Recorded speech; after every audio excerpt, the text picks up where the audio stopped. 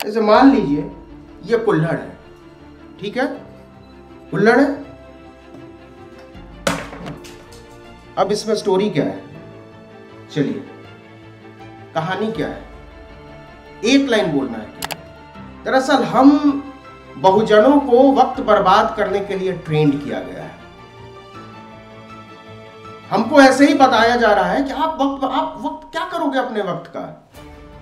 आप पढ़ लिख के क्या करोगे? आप स्कूल जाकर क्या करोगे? आप कॉलेज जाकर क्या करोगे? आप लिख के क्या करोगे? आप बोल के क्या करोगे? इसका कोई महत्व ही नहीं।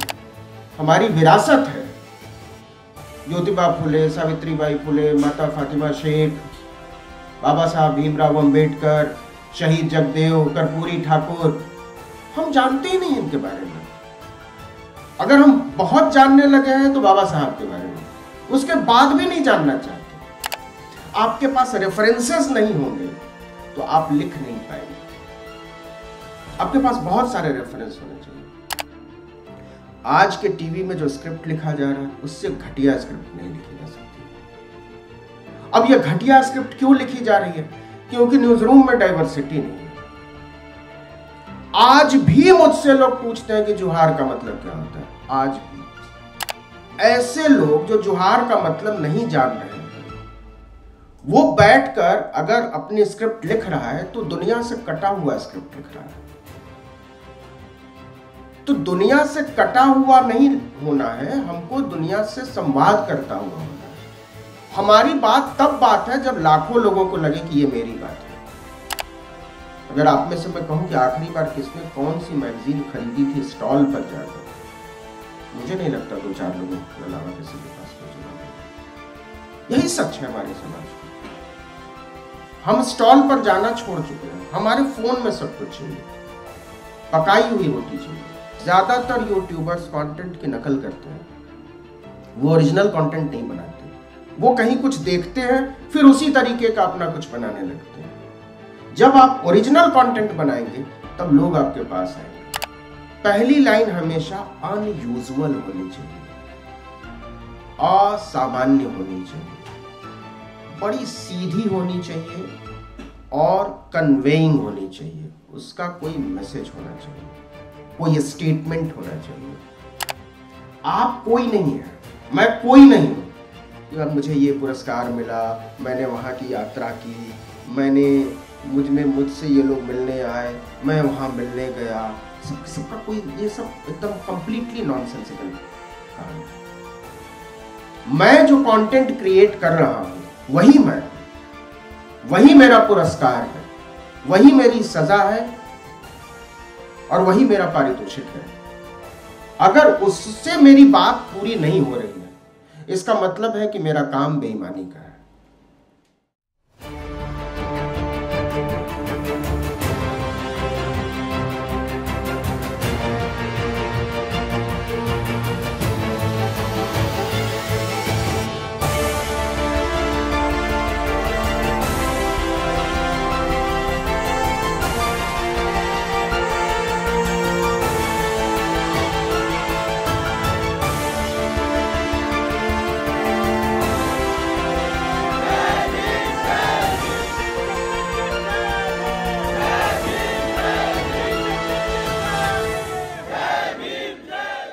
तो अभी फिर से स्वागत आपका अगली क्लास में। और आज की जो सेकंड क्लास है वो स्क्रिप्ट लिखने पर है। स्क्रिप्ट लिखना बेहद इंपॉर्टेंट हो जाता है उन लोगों के लिए जो न्यूज़ रिपोर्टिंग करते हैं या पैकेज लिखते हैं, इस तरह का वीडियो फॉर्मेट में कंटेंट बनाते हैं जिसमें स्क्रिप्टिंग की ज़रूरत होती है। और स्क्रिप्टिंग पे जो न्यूज़ इंडस्ट्री में, भारत के मीडिया में जो सबसे चर्चित नाम है नवीन कुमार, वो हमारे साथ में हैं। और इनकी स्क्रिप्टिंग के जितने भी पत्रकार होंगे जो मीडिया से जुड़े होंगे वो लोग जानते होंगे कि हम सब इनके स्क्रिप्टिंग के दीवाने हैं। हमें क्लासरूम से लेके अलग अलग न्यूज़ चैनल्स में नौकरी करने के दौरान ये जब हमारी स्क्रिप्टिंग थोड़ी ऊपर नीचे होती थी, थोड़ी उसमें कुछ कमी पेशी होती थी, तो हमको डांट के ये बताया जाता था कि अगर स्क्रिप्टिंग करनी है, स्क्रिप्ट लिखना है, तो नवीन कुमार का शो देखो, उसकी स्क्रिप्टिंग देखो और कुछ सीखो। तो वो शानदार व्यक्तित्व आज हमारे बीच में है और वो आपको स्क्रिप्टिंग पे क्लास देने वाले हैं।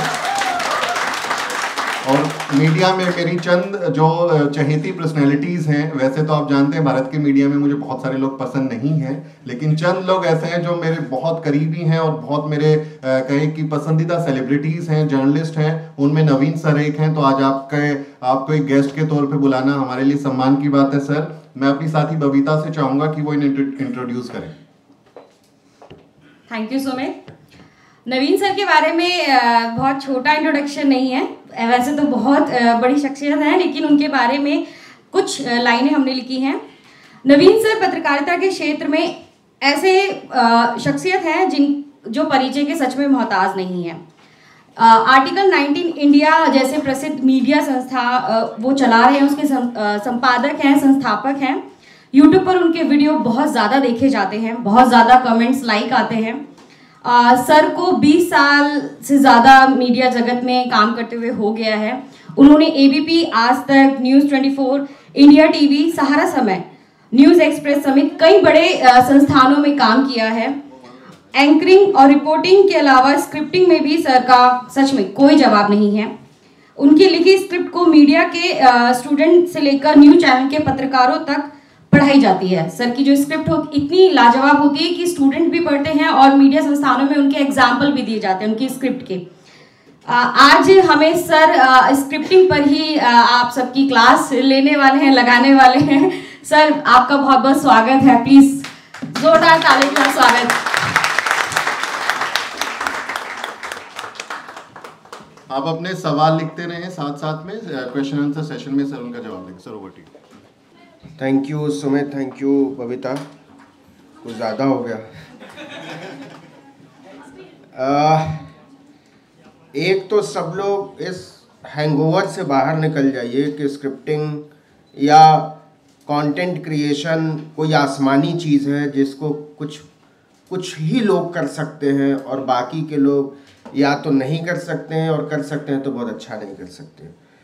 तो इससे बाहर निकल जाइए, क्योंकि स्क्रिप्टिंग, जर्नलिज्म, लेख लिखना, उपन्यास लिखना, ओटीटी के लिए कंटेंट लिखना, ये कोई ऐसी चीज़ नहीं है जिसके लिए आपको डरने की ज़रूरत है।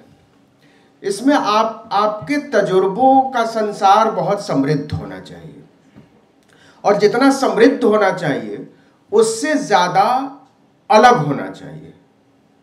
मतलब एक जब हमने एबीपी न्यूज़ में हमने आउटडोर इसी तरीके का कन्वेंशन किया था मानेसर में, तो उसमें एक सवाल आया था कि नॉर्मल इज नॉट गुड, जो सामान्य है वो अच्छा नहीं है, तो फिर क्या किया जाए। लेकिन लगता है कि पूरी लड़ाई जो है ना वो सामान्य बने रहने की है। हम सामान्य ही तो बने रहना चाहते हैं, हम असामान्य महसूस करते हैं या हमको महसूस कराया जाता है, वो चाहे शोषण की वजह से हो, चाहे अधिकार छीनने की वजह से हो, चाहे कम मजदूरी या वेतन तनख्वाह मिलने की वजह से हो, इक्वल अपॉर्चुनिटी न मिलने की वजह से हो, जो भी है कारण, जो भी है। लेकिन सच यह है कि हम सामान्य महसूस नहीं करते। देखिए, एक तो ये कि जब आप लिखने बैठे, आप में से कितने लोग हैं जो आज का अखबार पढ़कर आए हैं? ईमानदारी से हाथ उठाइए। कितने लोगों ने कल का अखबार पढ़ा था? 3 लोगों ने। कितने लोगों ने पिछले 1 महीने में कोई किताब पढ़ी है? ये संख्या बेहतर है, लेकिन तब भी आधे से कम लोग हैं। ये नहीं चल सकता है बॉस। ये इसलिए नहीं चल सकता कि जब आप पढ़ेंगे नहीं, जब आप लिखेंगे नहीं, जब आप सोचेंगे नहीं, आपके शब्द खत्म हो जाएंगे। आप एक ही चीज रिपीट करेंगे, और जब आप रिपीट करने लगेंगे ना तो लोग बोर हो जाएंगे आपकी बातों से। देखिए, इंफॉर्मेशन की लड़ाई ही नहीं है। इंफॉर्मेशन की लड़ाई तो गूगल ने सॉल्व कर दी है। आप सवेरे उठिए, अपना फेसबुक खोल लीजिए, आराम से मजे से आपका 2 घंटा कट जाता है। आप ट्विटर स्क्रॉल करना शुरू करेंगे, 2 घंटा कब चला जाएगा कुछ समझ में नहीं आएगा। लेकिन उससे हाथ कुछ नहीं आता है। हाथ तब आता है क्योंकि वही इंफॉर्मेशन किसी कंटेंट में आपके सामने आता है तो आपको लगता है अरे यार ऐसे तो हमने सोचा नहीं। तो कैसे इंफॉर्मेशन को प्रेजेंट किया जाए, कैसे इंफॉर्मेशन को एनरिच किया जाए रिसर्च के साथ, कैसे इंफॉर्मेशन को ज्यादा अच्छा, मतलब सुनने में अच्छा, देखने में अच्छा, महसूस करने में अच्छा बनाया जाए। कोलंबिया स्कूल ऑफ जर्नलिज्म में एक रिसर्च हुआ जिसमें कहा गया कि भारत में वाव जर्नलिज्म चल रहा है। वाव जर्नलिज्म का मतलब क्या होता है कि आप कोई भी कंटेंट देखिए और कहिए वाव। एक आदमी 200 रोटी खाया जाता है, आप देखिए जाकर 14 मिलियन व्यूज हो जाएंगे अगर कल डला है तो। वाव, 200 रोटी एक आदमी खा जाता है। मैं एक वीडियो देख रहा था कुछ दिन पहले और वो वीडियो ये था कि एक आदमी है, वो उसका दावा ये है कि अंडा बिना उबले हुए छील देगा। मैं देखने लगा उस वीडियो को, मैंने कहा, और उसके इसलिए 1 घंटा पहले डाला था, उसके कई मिलियन व्यूज थे। तो मैंने कहा ऐसा क्या है इस वीडियो में। तो उसमें क्या किया कि उसने एक अंडा लिया, उसको एक क्ले पॉट में, मिट्टी के बर्तन में डाल दिया, उसमें 2 बोतल उसने कोका कोला डाल दिया, उसमें कुछ सिरका डाल दिया, उसमें कुछ और डाल दिया और 6 अंडे थे। और उसको मतलब धड़ाधड़ लोग देख रहे थे। मुझे लगा कि यार 6 अंडा था, इसको बिना उबले छीलना था, तो 2 सीसी इसने कोका कोला डाल दिया तो 40 रुपए का वो डाल दिया, इनो डाल दिया 6-7 पैकेट तो 3 रुपये, अभी मान लीजिए तो 20 रुपए का वो, तो 50 रुपए का तो उसने मसाला डाल दिया, कुछ मेंटोस टाइप की चीज उसने डाली 3-4 पैकेट तो वो भी 20। हमने बोला ये 70 रुपया का तो ये छीलने में डाल दिया और अंडा है 40 रुपए का। तो हम लोग ये जो एक्सपेरिमेंट है ना, हम लोग भी ऐसे ही अंडा छील रहे हैं कि बिना उबले हुए छीलने में बड़ा इंटरेस्ट आता है लोगों का। लेकिन सच ये है कि अंडा छीलने की चीज नहीं है, अंडा खाने की चीज है। वो सस्ता से सस्ता मिलना चाहिए, वो प्रोटीन का रिच सोर्स है। और इस तरीके के कंटेंट बनाकर हमको बेवकूफ बनाया जा रहा है। और ज्यादातर इसको देखने वाले जो लोग हैं वो गांव के लोग हैं, वो कम पढ़े लिखे लोग हैं। कोई पढ़ा लिखा समझदार तमीजदार आदमी इन सब चीजों में नहीं फंसता, उसको पता है वक्त की बर्बादी है। दरअसल हम बहुजनों को वक्त बर्बाद करने के लिए ट्रेंड किया गया है। हमको ऐसे ही बताया जा रहा है कि आप वक्त क्या करोगे अपने वक्त का, आप पढ़ लिख के क्या करोगे, आप स्कूल जाकर क्या करोगे, आप कॉलेज जाकर क्या करोगे, आप लिख के क्या करोगे, आप बोल के क्या करोगे, इसका कोई महत्व ही नहीं है। और यह बात हमको इतना ठूस ठूस के बता दिया गया है ना कि हम लिखना, बोलना, पढ़ना सब भूल गए। हमारा जो रिच हमारी विरासत है, ज्योतिबा फुले, सावित्रीबाई फुले, माता फातिमा शेख, बाबा साहब भीमराव अंबेडकर, शहीद जगदेव, कर्पूरी ठाकुर, हम जानते ही नहीं इनके बारे में। अगर हम बहुत जानने लगे हैं तो बाबा साहब के बारे में, उसके बाद भी नहीं जानना चाहते। तो बाबा साहब को अगर हमने पढ़ा है तो इसका मतलब यह है कि हम हमारे पुरखे जो लोग थे उनको जाने। ये बात मैं इसलिए कह रहा हूं कि सब चीजें आपको लिखने में मदद करेंगी। आपके पास रेफरेंसेस नहीं होंगे तो आप लिख नहीं पाएंगे। आपके पास बहुत सारे रेफरेंस होने चाहिए। हाँ, जैसे मान लीजिए आप भूल जाइए कि आप क्या कंटेंट बना रहे हैं, आप डेड कंटेंट को जिंदा कैसे करेंगे, एक मरा हुआ कंटेंट, और आपको लगता है कि यह दुनिया तक पहुंचना चाहिए। एक लड़की थी अर्चना पांडे, स्ट्रगलर थी बॉम्बे में, और वो एक दिन फांसी के फंदे से वर्सोवा के अपने कमरे में झूल जाती है। नीचे एक नोट लिखा हुआ है और जिसमें वो इल्जाम अपने दोस्त पर लगाती है, उसका दावा था कि वो उससे बहुत प्यार करती थी, वो भी उससे प्यार करता था, लेकिन कहीं कोई दिक्कत हुई होगी और अर्चना पांडे ने एक दिन फांसी लगाई। अब ये कहानी कितनी सामान्य है, आप क्या कहोगे इसमें लोगों का? ठीक है, 2 लाइन आपने कह दिया कि अर्चना पांडे ने फांसी लगा ली और अर्चना पांडे का अफेयर चल रहा था और उसके दोस्त या प्रेमी ने उसको धोखा दिया था। बस 5 लाइन, 6 लाइन क्या लिखोगे? और इस 5 लाइन को लोग क्यों देखें? पढ़ लिया है उन्होंने। लेकिन जब आप सोचते हैं, जब आप संवेदना के स्तर पर जुड़ते हैं, तो फिर आप कुछ अलग किस्म से लिखते हैं, वही विजुअल, वही फ्रेम, वही लाइट, वही एडिटिंग मशीन, वही आपकी आवाज, वॉइस ओवर, लेकिन फिर आप लिखेंगे कि वो लड़की फ्लड लाइट की रोशनी में नहाती थी, वो जब हंसती थी तो फूल झरते थे, और जब चलती थी तो धरती पर छप जाते थे महावर। बस वो किसी का हो रहना चाहती थी, और इस हो रहने के यकीन ने एक दिन उसे ऐसे तोड़ा कि अर्चना पांडे टूट गई और जिंदगी उससे रूठ गई। आपने कहा ही नहीं कि अर्चना पांडे ने फांसी लगा ली, जरूरत ही नहीं है कहने की, लेकिन इस 5 लाइन में आप एक इंटरेस्ट पैदा कर सकते हो अपने व्यूअर में। आप यकीन मानिए, अगर 30 सेकंड तक आपने व्यूअर का इंटरेस्ट मेंटेन कर दिया है तो वो आपका 8 मिनट का कंटेंट देख लेगा।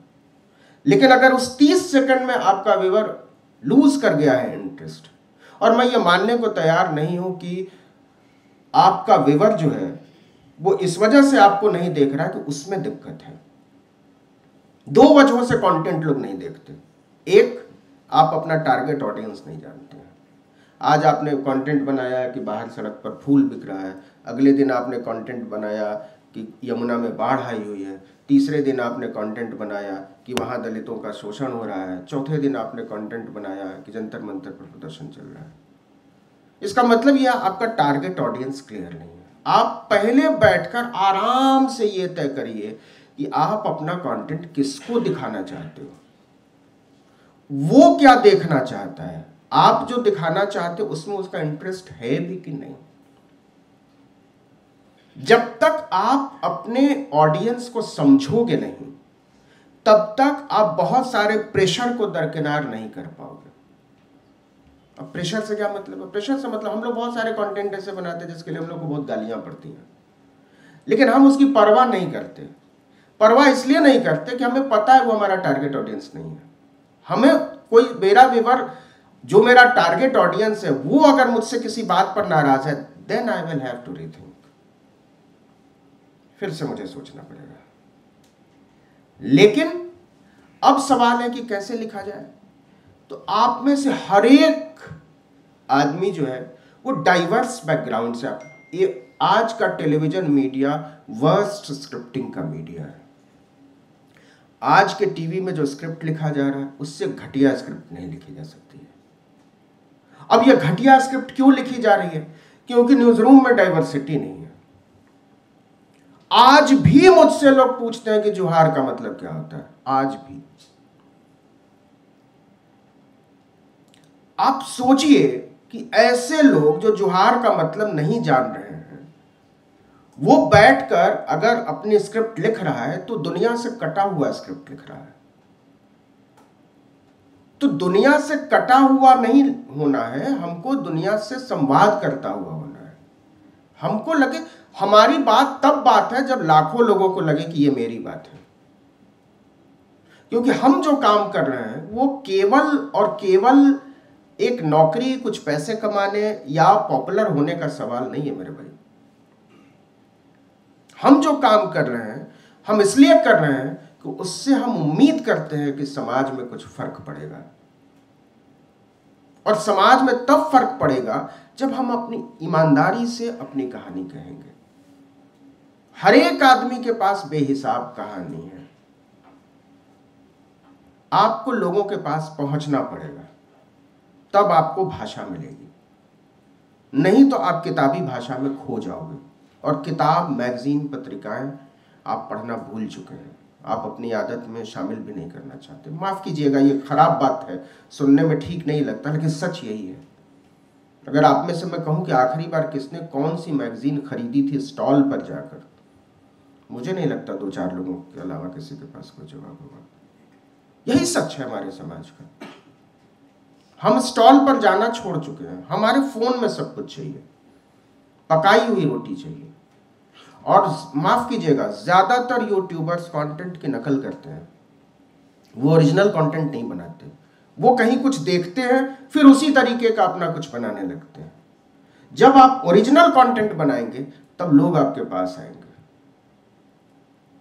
आपको नकल करने की जरूरत ही नहीं है। आपका तो तजुर्बे का संसार इतना बड़ा है जिसका कोई हिसाब। मैं पढ़ाता था कुछ समय के लिए, कुछ क्लासेस मैंने लिए, और मैंने वहाँ एक दिया होमवर्क करने के लिए। होमवर्क ये था कि तुम किसी ऐसे अपने घर से वॉकिंग डिस्टेंस पर किसी आदमी की कहानी बताओ, जाकर शूट करो, जो कोई दुकान चलाता हो, और दुकान निश्चित तौर पर रेहड़ी पटरी वाली होनी चाहिए, और उसके पास बैठने के लिए टूल भी नहीं हो, वो खड़ा होकर अपना धंधा करता है। वो चाहे पानी पूरी बेचता हो या चाट बेचता हो, कुछ और करता, लेकिन वो उसके पास बैठने की जगह नहीं होती।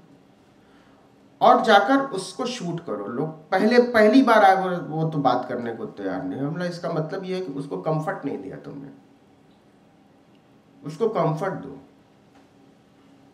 फिर मैंने हमने कहा चलो देखते हैं क्या बात करते हैं। हम एक मोची के पास गए जो जूते सिलता था। तो हमने पूछा कि भाई ये चप्पल बना दोगे? तो उसने कहा हाँ। तो हमने पूछा कितने पैसे? तो बोला 30। तो मैंने कहा बस 30?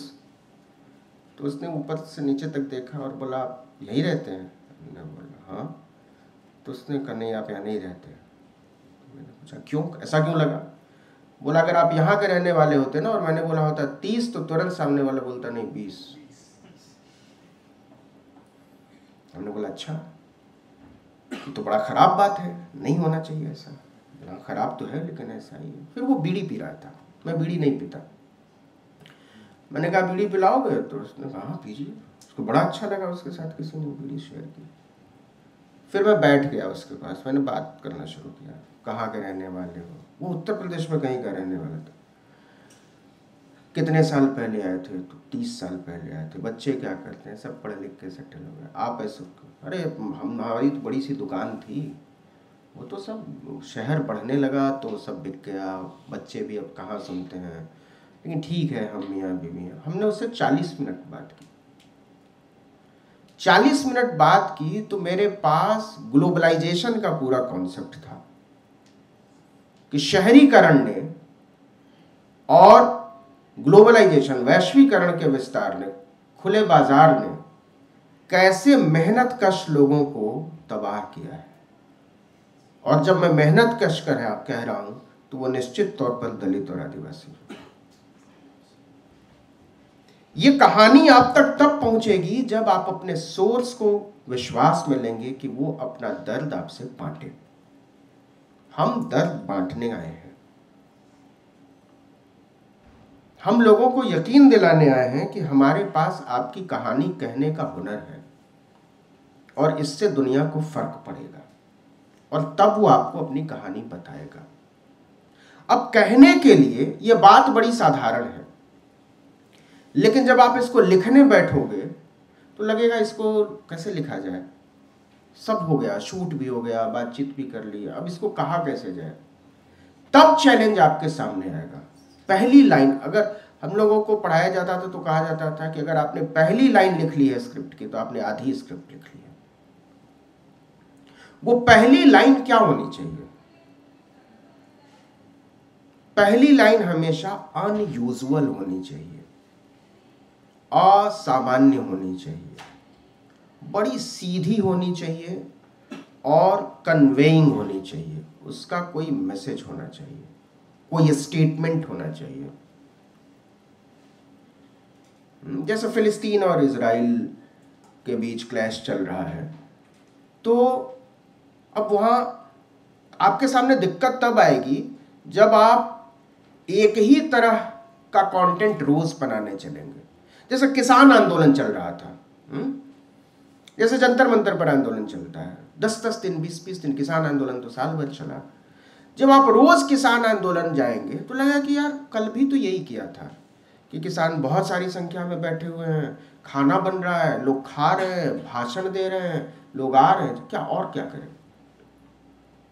आपको लगेगा कि हमको तो जो कहना था हम कह चुके, कोई नई बात मेरे पास नहीं। लेकिन ये चैलेंजिंग है, नई चीज आपको वहां अपने स्क्रिप्ट से लानी होगी। हाँ, जैसे किसान आंदोलन को लेकर, अब जैसे मैं एक कहानी बताता हूं आपको, इससे आपको आइडिया मिलेगा। जब किसान आंदोलन को हम लोग कवर कर रहे थे तो लगा कि यार आज क्या किया जाए। तो मैंने देखा कि एक बच्चा था, उसने अपनी साइकिल पलट दी थी और वो खेल रहा था, उसका पैडल चला रहा था और वो पहिया घूम रहा था। तो हमने क्या किया कि मैंने बोला देखो ऐसे करो, मैंने कैमरा पर्सन को कहा कि इसको शूट करो, पहले लॉन्ग शॉट लो, बच्चा पहिया पूरा साइकिल और ये, फिर थोड़ा क्लोज जाओ, फिर पहिए पर जाओ और उसके बाद स्टेज की तरफ जाओ। तो और उसके बाद पहली लाइन जो स्क्रिप्ट की आती है कि किसान आंदोलन की हालत इस पहिए की तरह है जो 29 दिनों से चल तो रहा है लेकिन कहीं पहुंच नहीं रहा।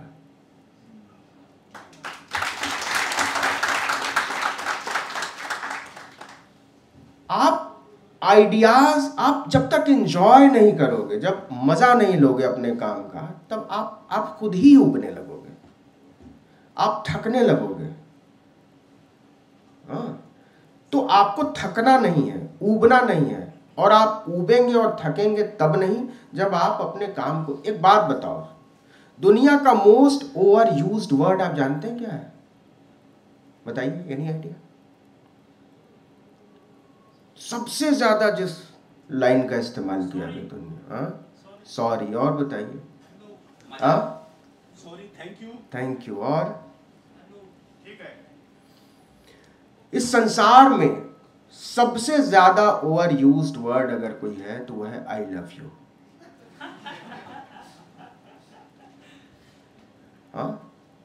पता नहीं किसने ये बोला होगा पहली बार, और उसके बाद इसका कोई सब्स्टिट्यूट नहीं बन रहा है, इसका कोई विकल्प नहीं है।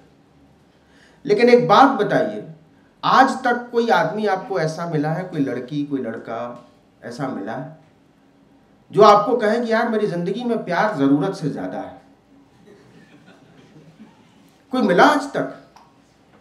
नहीं मिला ना। प्यार एक ऐसी चीज है जो किसी को कभी ज्यादा नहीं पड़ता, आप जितना दे दो वो सब हजम हो जाता है, और चाहिए होता है। तो यही क्रिएटिविटी है, यही, और किसी भी चीज को मानो, आप वॉइस ओवर मानो, आप स्क्रिप्टिंग मानो, आप एंकरिंग मानो, आप कुछ भी करो, इट्स लाइक मदरहुड। ठीक है, एक माँ क्या करती है? अपने गर्भ में अपने बच्चे को पालती है। जो माँ जो औरत पूरी जिंदगी अपना ख्याल नहीं रखती, जब वो गर्भवती होती है तो अपना बहुत ख्याल रखती है। वो अच्छा खाना खाती है, खुश रहने की कोशिश करती है, बहुत सारी चीज़ें, ऐसी चीज़ें करती हैं जो शायद वो आम समय में नहीं करती। क्यों? क्योंकि उसको लगता है कि इससे उसके बच्चे को खुशी मिलेगी, उसका बच्चा हेल्दी होगा, उसका बच्चा सुंदर होगा। और कोई भी माँ आज तक कोई ऐसी औरत मिली है आपको जो कहे कि नहीं मैं चाहती हूँ मेरा बच्चा कुरूप हो, जो मेरा बच्चा अच्छे दिमाग वाला ना हो, मेरा बच्चा आगे ना बढ़े? दुनिया की हर औरत को अपना बच्चा सबसे सुंदर लगता है, सबसे बुद्धिमान लगता है, सबसे काबिल लगता है। तो हम क्रिएटर्स जो है ना, हम एक मदरहुड से गुजर रहे लोग हैं। फील लाइक अ मदर, मां की तरह महसूस करो। और आप जो क्रिएट करने जा रहे हो वो आपका बच्चा है। और एक माँ जैसे नहीं चाहती है कि उसका बच्चा अपाहिज हो, लूला लंगड़ा हो, कम दिमाग वाला हो, कम सुंदर हो, वैसे ही हम में ये अधिकार नहीं है कि हम सोचें कि हमारी किसी कमतरी की वजह से, हमारी कम तैयारी की वजह से, हमारी नासमझी की वजह से हमारा कंटेंट खराब हो, कुरूप हो, लूला लंगड़ा हो। तो ये एक जिम्मेदारी का काम है। कहने का मतलब ये है, हम सबको जिम्मेदारी के साथ ये करना पड़ेगा। तो लेकिन अब नजरिया क्या है? इसको समझना बड़ा जरूरी है। तो हम लोग जो है ना, कभी भी तो 3 चीजें हमेशा याद रखना है। एक, नए शब्दों की तलाश, वो तब होगा जब आप नए समाजों से मिलेंगे, नई किताबों से मिलेंगे, इसका कोई दूसरा तरीका नहीं है। नंबर 2, नई कहानियों की तलाश। आपको अपनी जड़ों की तरफ जाना होगा, और जड़ों की तरफ जाना होगा इसका मतलब अपने पीछे भी देखना होगा, अपने आगे भी देखना होगा। हम बीच के लोग हैं, हम कड़ी हैं, और कड़ी पर जिम्मेदारी हमेशा बहुत ज्यादा होती है। और तीसरी बात और आखिरी बात वो ये है कि आपका आत्मविश्वास अपने आप को लेकर जिस घड़ी डगमगाएगा, आपका कंटेंट बता देगा आप कॉन्फिडेंट नहीं है। आप कोई नहीं है, मैं कोई नहीं हूं। आजकल बहुत ज्यादा ये बात सामने आ रही है, जैसे आप सोशल मीडिया में देखते रहिए कि अब मुझे ये पुरस्कार मिला, मैंने वहाँ की यात्रा की, मुझसे ये लोग मिलने आए, मैं वहाँ मिलने गया। सबका कोई, ये सब एकदम कंप्लीटली नॉनसेंसिकल काम है। मैं जो कंटेंट क्रिएट कर रहा हूं वही मैं हूं, वही मेरा पुरस्कार है, वही मेरी सजा है, और वही मेरा पारितोषिक है। अगर उससे मेरी बात पूरी नहीं हो रही है, इसका मतलब है कि मेरा काम बेईमानी का है। मैं जो बात कह रहा हूं उसमें लाखों लोगों को अपनी बात लग रही है, वही मेरी पहचान है। नवीन कुमार कोई नहीं है, बबीता कोई नहीं है, सुमित कोई नहीं है। ये लोग जो बात कर रहे हैं उसी में इनको खोजा जाएगा। आप चाहे जितने अच्छे कपड़े पहन लीजिए, आप चाहे जितना मेकअप कर लीजिए, चाहे जितनी लंबी गाड़ी में चल लीजिए, चाहे जितनी विदेश यात्राएं कर लीजिए, कोई फर्क नहीं पड़ता। कितने दिनों तक लोग याद रखते हैं। ये वो मुल्क है जहां लोगों ने इंदिरा गांधी को सजा दी, अटल बिहारी वाजपेयी को सजा दी। हाँ, ये वो मुल्क है जहां बड़े बड़े लोगों की जमानतें जब्त हो गई। तो फिर हम और आप तो कुछ भी नहीं है। तो इसलिए हमारे लिए स्क्रिप्ट मतलब बहुत सारे आइडियाज, बहुत सारी चीजें, बहुत सारी कविताएं, बहुत सारी कहानियां। जैसे अब आइडियाज की बात करते हैं। आज हम लोग जिस माहौल में काम कर रहे हैं उसमें आइडियाज कैसे आएंगे। जैसे एक काम करते हैं हम, इससे पता चलेगा, थोड़ा ओपन हाउस करते हैं, आप लोग भी थोड़ा इंटरैक्ट करिए, ठीक है, कि कैसे खबरें बनती हैं, खबरों को देखने का नजरिया क्या है, क्या होना चाहिए, क्या फैक्ट है, क्या फिक्शन है, कितनी भाषा होनी चाहिए, कितना उसमें तथ्य होना चाहिए, कितना रिसर्च होना चाहिए, कुछ होना चाहिए, ठीक है। जैसे मान लीजिए ये कुल्हड़ है, ठीक है, कुल्हड़ है। अब इसमें स्टोरी क्या है, चलिए कहानी क्या है, एक लाइन बोलना है केवल। कहानी क्या है बताइए, आराम से, घबराइए नहीं। एक्चुअली सुमित कुमार जी आए, हम लोग को स्क्रिप्ट लिखना बता रहे थे। अभी क्या हुआ, अभी जो हुआ उसमें स्टोरी क्या है। एक कुल्हड़, एक कुल्हड़ ऊपर से गिरा के तोड़ा गया। चलिए दूसरा। एक कुल्हड़ को, गिलास को छोड़ा गया, जिसे कुल्हड़ टूट गया। नथिंग इज परमानेंट, अभी था अभी नहीं है। नहीं है। 3। आखिर कुल्हड़ क्यों टूटा। 4। और कोई। साथ क्या छूटा टूट गया। वाह। 5। एक कुम्हार की कई दिनों की मेहनत को एक पल में खत्म कर दिया गया, मिटा दिया गया। 6। अभी तक रिपीट नहीं हुआ। कुल्हड़ कच्ची मिट्टी का था, हाथ से छूटा, टूट गया। हेलो नवीन सर, जय भीम। हम लोग चल तो रहे हैं मगर पहुंच नहीं पा रहे हैं। वाह, चलिए और कोई? हाँ सर, एक उधर से है, जल्दी जल्दी करिए। कुल्हड़ में चाय नहीं थी इसलिए बिखर नहीं पाई। ओके, चलिए बस। एक कुल्हड़ ही नहीं, एक पूरा समाज एक तरह से टूटता हुआ दिख रहा है। ओके, और कोई?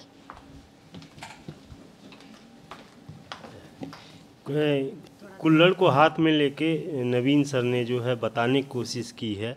और इसमें कहानी ये है कि किसी चीज़ को जब बताया जाता है तो प्रैक्टिकली जो है उसको जो है इस तरीके इसमें बताया जा रहा है कि आप जो है किसी अच्छी चीज़ को अगर उसको हाथ में अनबैलेंस करते हैं तो गिर के टूट भी सकता है और वो समय से वो कीमती भी हो सकता है। ठीक है।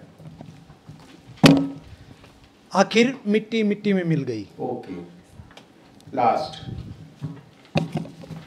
सर वो जो कुल्हड़ था परिस्थितियों से लड़ने के लिए वो मजबूत नहीं था। देखो, सवाल नजरिए का था। ये एक्सपेरिमेंट हमने क्यों किया? हम एक डेलिकेट माहौल में चल रहे हैं जहां आप अगर तथ्य से समझौता करेंगे तो आप खतरे में हैं, है ना? आप कह रहे हैं मैंने कुल्हड़ को तोड़ दिया। सच ये नहीं है। सच ये है कि मैंने कुल्हड़ को सिर्फ उछाला था, वो अपने आप टूट गया। मेरा उसको तोड़ने का इरादा नहीं था। यह बात इसलिए कह रहा हूं कि आप लीगल टर्म्स में जब आप जाएंगे, आप हमेशा सोचना जो लिख रहे हो वो आपको लीगली बाउंड करेगा कहीं ना कहीं, केवल एथिकली नहीं। तो आपकी तैयारी इतनी अच्छी होनी चाहिए कि आपने कुल्हड़ तोड़ दिया या आपने कुल्हड़ को, यहां दो लाइनें बनती हैं कि आपने कुल्हड़ को उछाला तो आसमान की तरफ था, लेकिन आपको अच्छी तरह से पता था कि जब वो धरती पर गिरेगा तो टूटेगा। आपने कही वही बात है, लेकिन आपने मेरे इरादे पर केवल शक किया है, मैंने जो किया है उस पर नहीं। फैक्चुअली आप बिल्कुल सही होंगे। तब अच्छी स्क्रिप्ट हमेशा फैक्ट का बहुत ध्यान रखती है। फैक्ट्स आर सैक्रेड, वो पवित्र है, उनके साथ आप छेड़छाड़ नहीं कर सकते, उनको मैनिपुलेट नहीं कर सकते। हाँ, अब जैसे चलिए एक एक्सरसाइज करते हैं।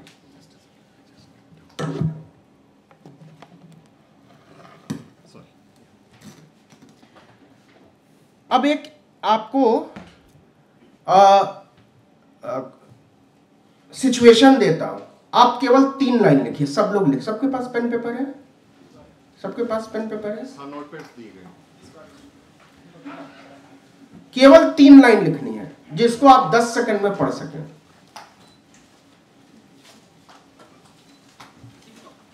आपको बहुत ध्यान से पहली लाइन, दूसरी लाइन, तीसरी लाइन लिखनी है।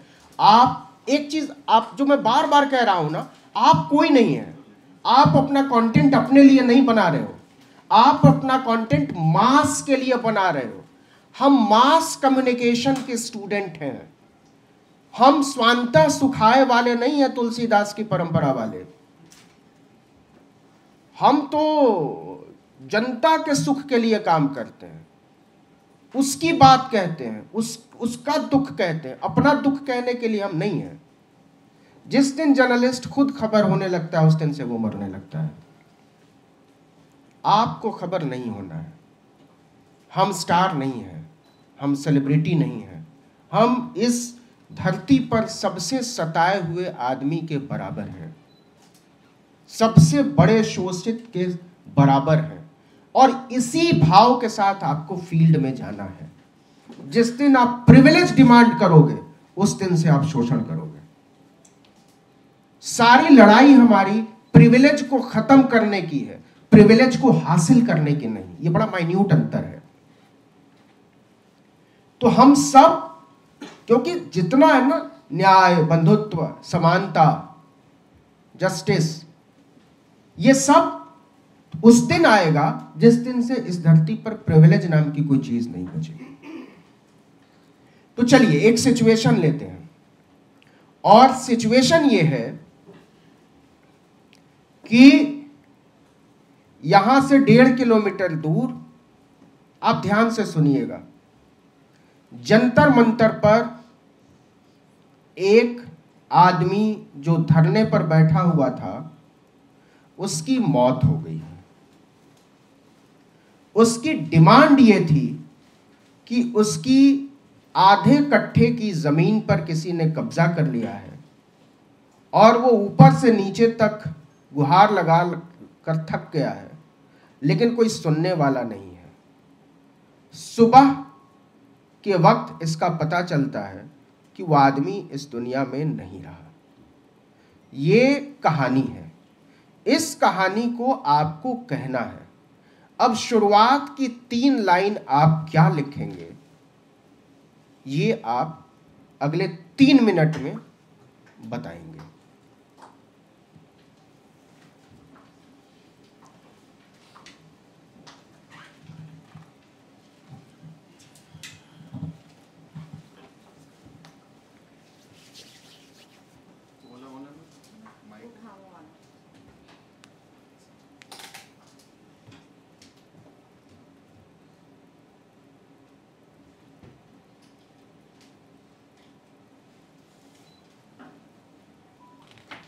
मैं भी लिखता हूँ।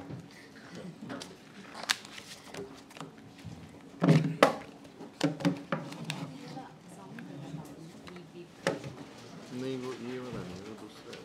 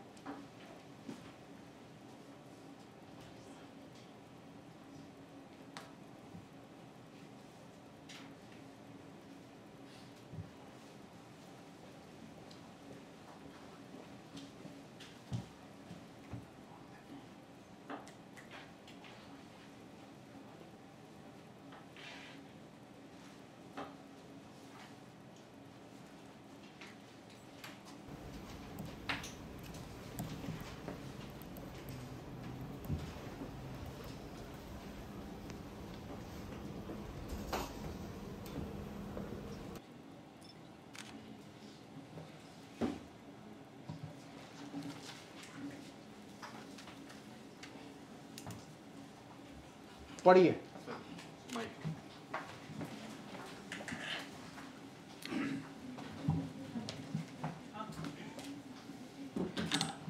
आप वैसे ही पढ़िए जैसे आप वॉइस ओवर कर रहे हैं। जंतर मंतर पर फिर से एक निर्दोष किसान की हत्या। ये कब तक चलेगा मेहनत कश लोगों के साथ? देखिए क्या सरकार इस गरीब किसान को न्याय दे पाएगी? एक सेकंड, अगर ऐसे कहानी कही जाए तो आप लोग देख लेंगे सब लोग।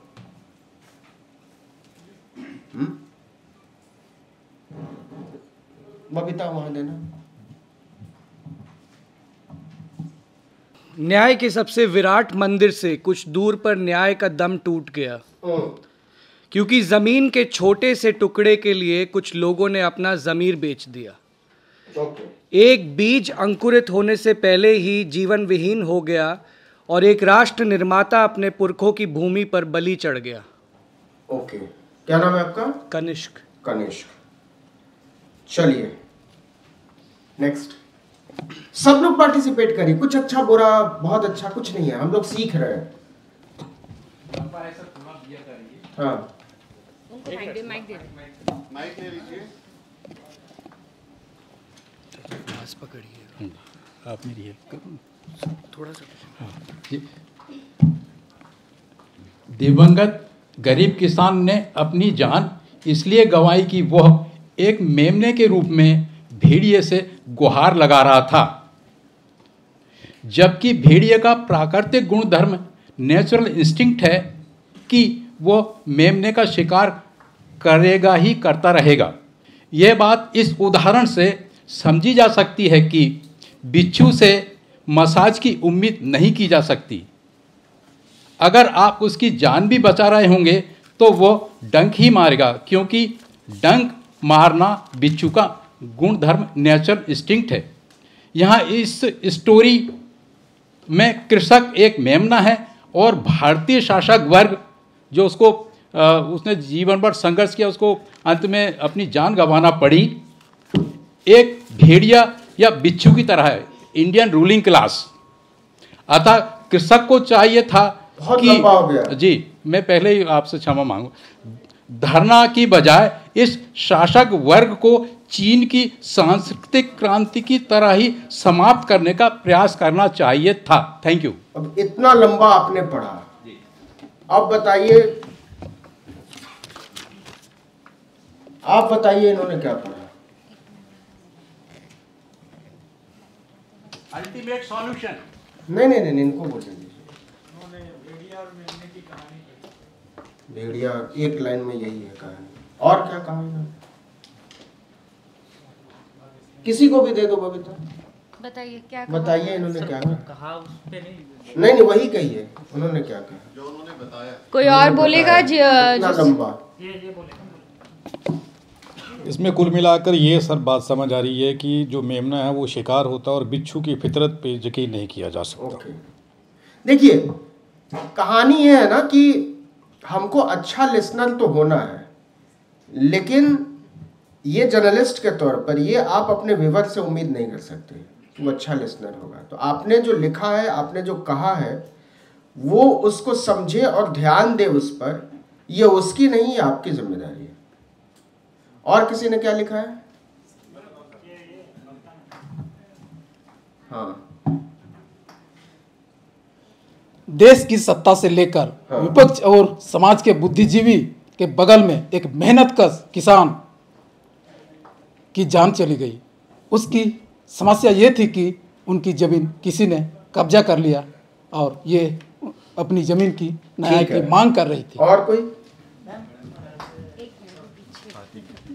और एक्सरसाइज करेंगे, बाकी लोग उसमें इंटरेक्ट करेंगे, मतलब ऐसा नहीं है कि आखिरी है। नमस्कार, आप देख रहे हैं NB News 24/7 नीलम बोध के साथ। आइए लेकर चलती हूं मैं बीती रात के एक प्रकरण पर, जंतर मंतर। जी हां, वही जंतर मंतर पर जहां पर देश की आवाज बुलंद होती है। साथियों, बात है आज रात की। जंतर मंतर पर एक किसान आंदोलन की मौत। आखिर मौत का कारण क्या उसका कसूर था कि वो गूंगी बहरी सरकार से अपने हक अधिकारों की मांग कर रहा था? आखिर सोचना पड़ेगा कि आज हक अधिकारों की मांग करने वालों को भी मौत की सजा नहीं बल्कि आजीवन कारावास जैसी सजाएं सुना दी जाती हैं। लेकिन दुख होता है कि जब एक आंदोलनकारी जमीन के लिए मांग करता है तो उस जमीन के खातिर उसकी जान चली जाती है। इसमें फैक्ट कहाँ था?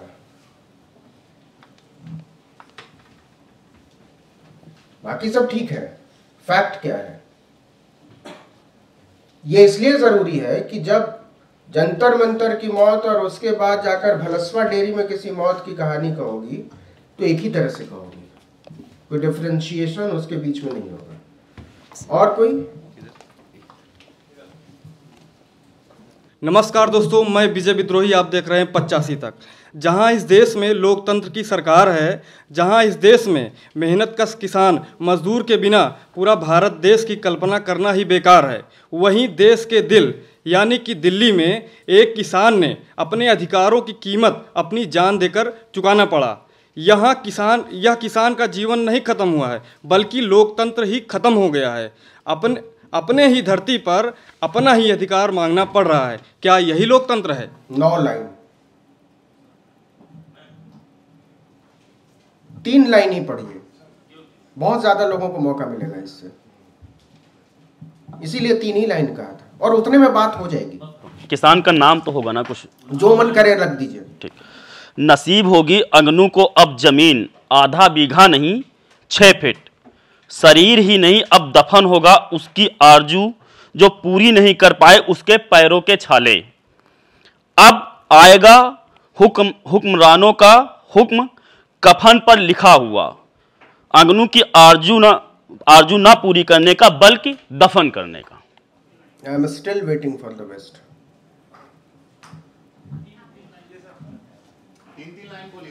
तीन ही लाइन। हिंदी अच्छी नहीं, मराठी हो फिर भी हिंदी में लिखी है, नहीं हिंदी में लिखी है फिर भी ट्राई किए। जमीन गवा दी, हक गवा दिया, जान गवा दी, दिल्ली जंतर मंतर पर धरने पर बैठे किसान ने अपनी उम्मीद गवा दी। मैं पूछता हूँ कहाँ है मेरे भारत में किसान, मजदूर, दलित, शोषित, वंचित समाज को जीने की आज़ादी।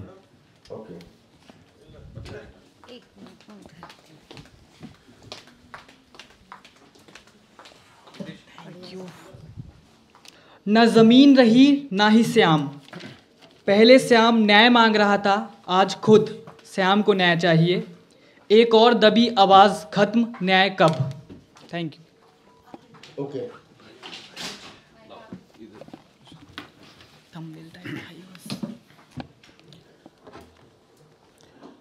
आज सुबह का सूरज उगते उगते शाम के जीवन का सूरज डूब गया।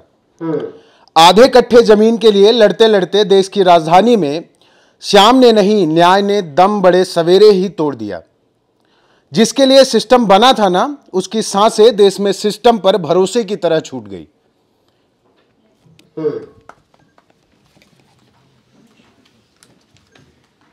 जो गरीब लाचार किसान सदियों से रहा था अपनी जमीन जोत, आज उस आंदोलनकारी की सुबह सुबह जंतर मंतर पर हुई मौत। नाकाम निर्दय सरकार जिसकी चल रही है धौंस, अगला नंबर आपका आएगा समझ जाइए, कबीरा कहे जगंधा। ओके। जय भीम सर। आधे कट्ठे जमीन पर हुए कब्जे से परेशान अर्जुन, प्रशासन की लापरवाही के कारण न्याय मांगते मांगते जिंदगी को खो बैठा। लास्ट। Thank you. सिस्टम से लड़ता व्यक्ति की मौत। देश के नागरिकों वोट और टैक्स से बनी यह सरकार आज अपने ही नागरिकों के प्रति खतरनाक साबित हो रही है। सरकारें कभी स्थिर नहीं होती है, यह बात भली बात सबको पता है।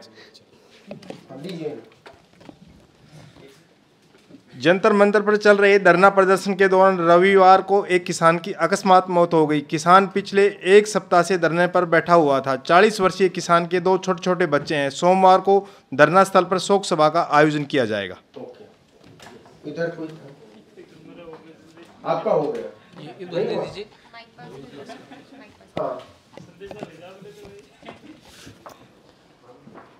नमस्कार, मैं हूं मनोज कुमार और आप देख रहे हैं public India news.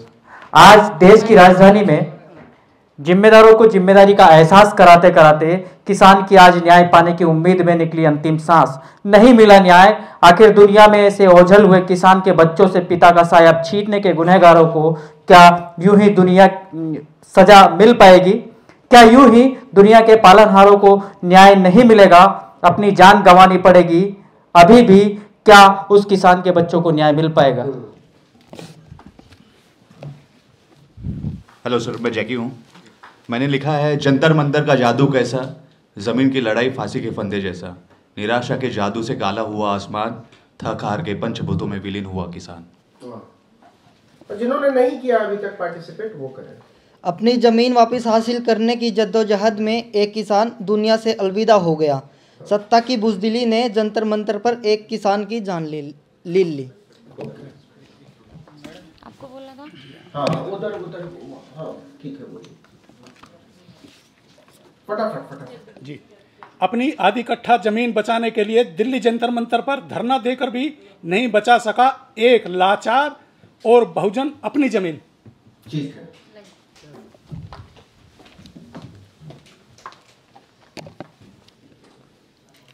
Jantar Mantar से महज 1.5 किलोमीटर से लगी हुई इंसाफ की चीखें तक नहीं सुन पाए प्रधानमंत्री। कड़ाके की ठंड ने जमीन के बदले ले ली मासूम की जान। आखिर कब तक मरता रहेगा देश का अन्नदाता किसान। ख्वाबों के समंदर सा था वो टुकड़ा, मरता रहा वो किसान दिल टुकड़े लिए। मर गया पर दिल टुकड़ा ना मिला। शायराना है। एक बस आगे बढ़ते हैं। एक गुहार जो हमेशा के लिए खामोश हो गई। आज सुबह जिंदगी उससे रूठ गई और उस टूटे हुए इंसान की जिंदगी उसको छोड़ के चली गई। उसका गुनाह सिर्फ इतना था कि वह अपने आधे कट्टे की ज़मीन को बचाने के लिए अपनी ज़िंदगी लगा दी। अंत में उसने ठाना कि दिल्ली में आकर के पूरे देश के सामने अपनी आवाज़ उठाएगा, लेकिन उसकी आवाज़ किसी ने सुनी, किसी ने नहीं सुनी। आज सुबह उसकी आवाज़ हमेशा के लिए खामोश हो गई। देखिए, सबने बड़ी शानदार कोशिश की है, इसके लिए सब लोग क्लैप कीजिए। अब क्या है, मैंने एक लाइन कही थी, स्टार्ट कैसे करेंगे, स्टार्ट फ्रॉम अनयूजुअल। हाँ, जो आम आदमी नहीं कर सकता, जो आपका विवर वैसे नहीं लिख बोल सोच सकता है, वैसे करिए और फैक्ट आना चाहिए। इन दोनों चीज़ों के साथ आपको वीव करना है। एंकरिंग और स्क्रिप्टिंग दोनों अलग अलग चीज़ें हैं। ऐसा नहीं है कि एंकरिंग अच्छी भाषा में नहीं हो सकती है, लेकिन अगर आप स्क्रिप्ट लिख रहे हैं तो इसका मतलब यह है कि आप ज़्यादा सचेत तरीके से कोई काम कर रहे हैं। उसके प्रोडक्शन वैल्यू को आप पहले से समझ रहे हैं कि आपका जो प्रोडक्ट है, आपका जो कंटेंट है, वो कैसा दिखेगा। तो इसलिए केवल 4 लोगों ने फैक्ट की बात की, इतने सारे लोगों में केवल 4 लोगों ने। बाकी में शायरी थी, बहुत अच्छी भाषा थी, बहुत अच्छी कल्पना थी, बहुत अच्छी संवेदना थी, फैक्ट नहीं था। लेकिन फैक्ट आपको बताना पड़ेगा, क्योंकि अगर शायरी सुननी होगी तो आदमी कुमार विश्वास को सुन लेगा, ज़्यादा मज़ा आता है, ज़्यादा देर तक वो बांधे रखते हैं। दिनेश बावरा को आप सुनेंगे अगर कविता सुन लेना होगा तो। लेकिन हम जर्नलिस्ट हैं, ये आप कभी मत भूलिए कि आप जर्नलिस्ट हैं।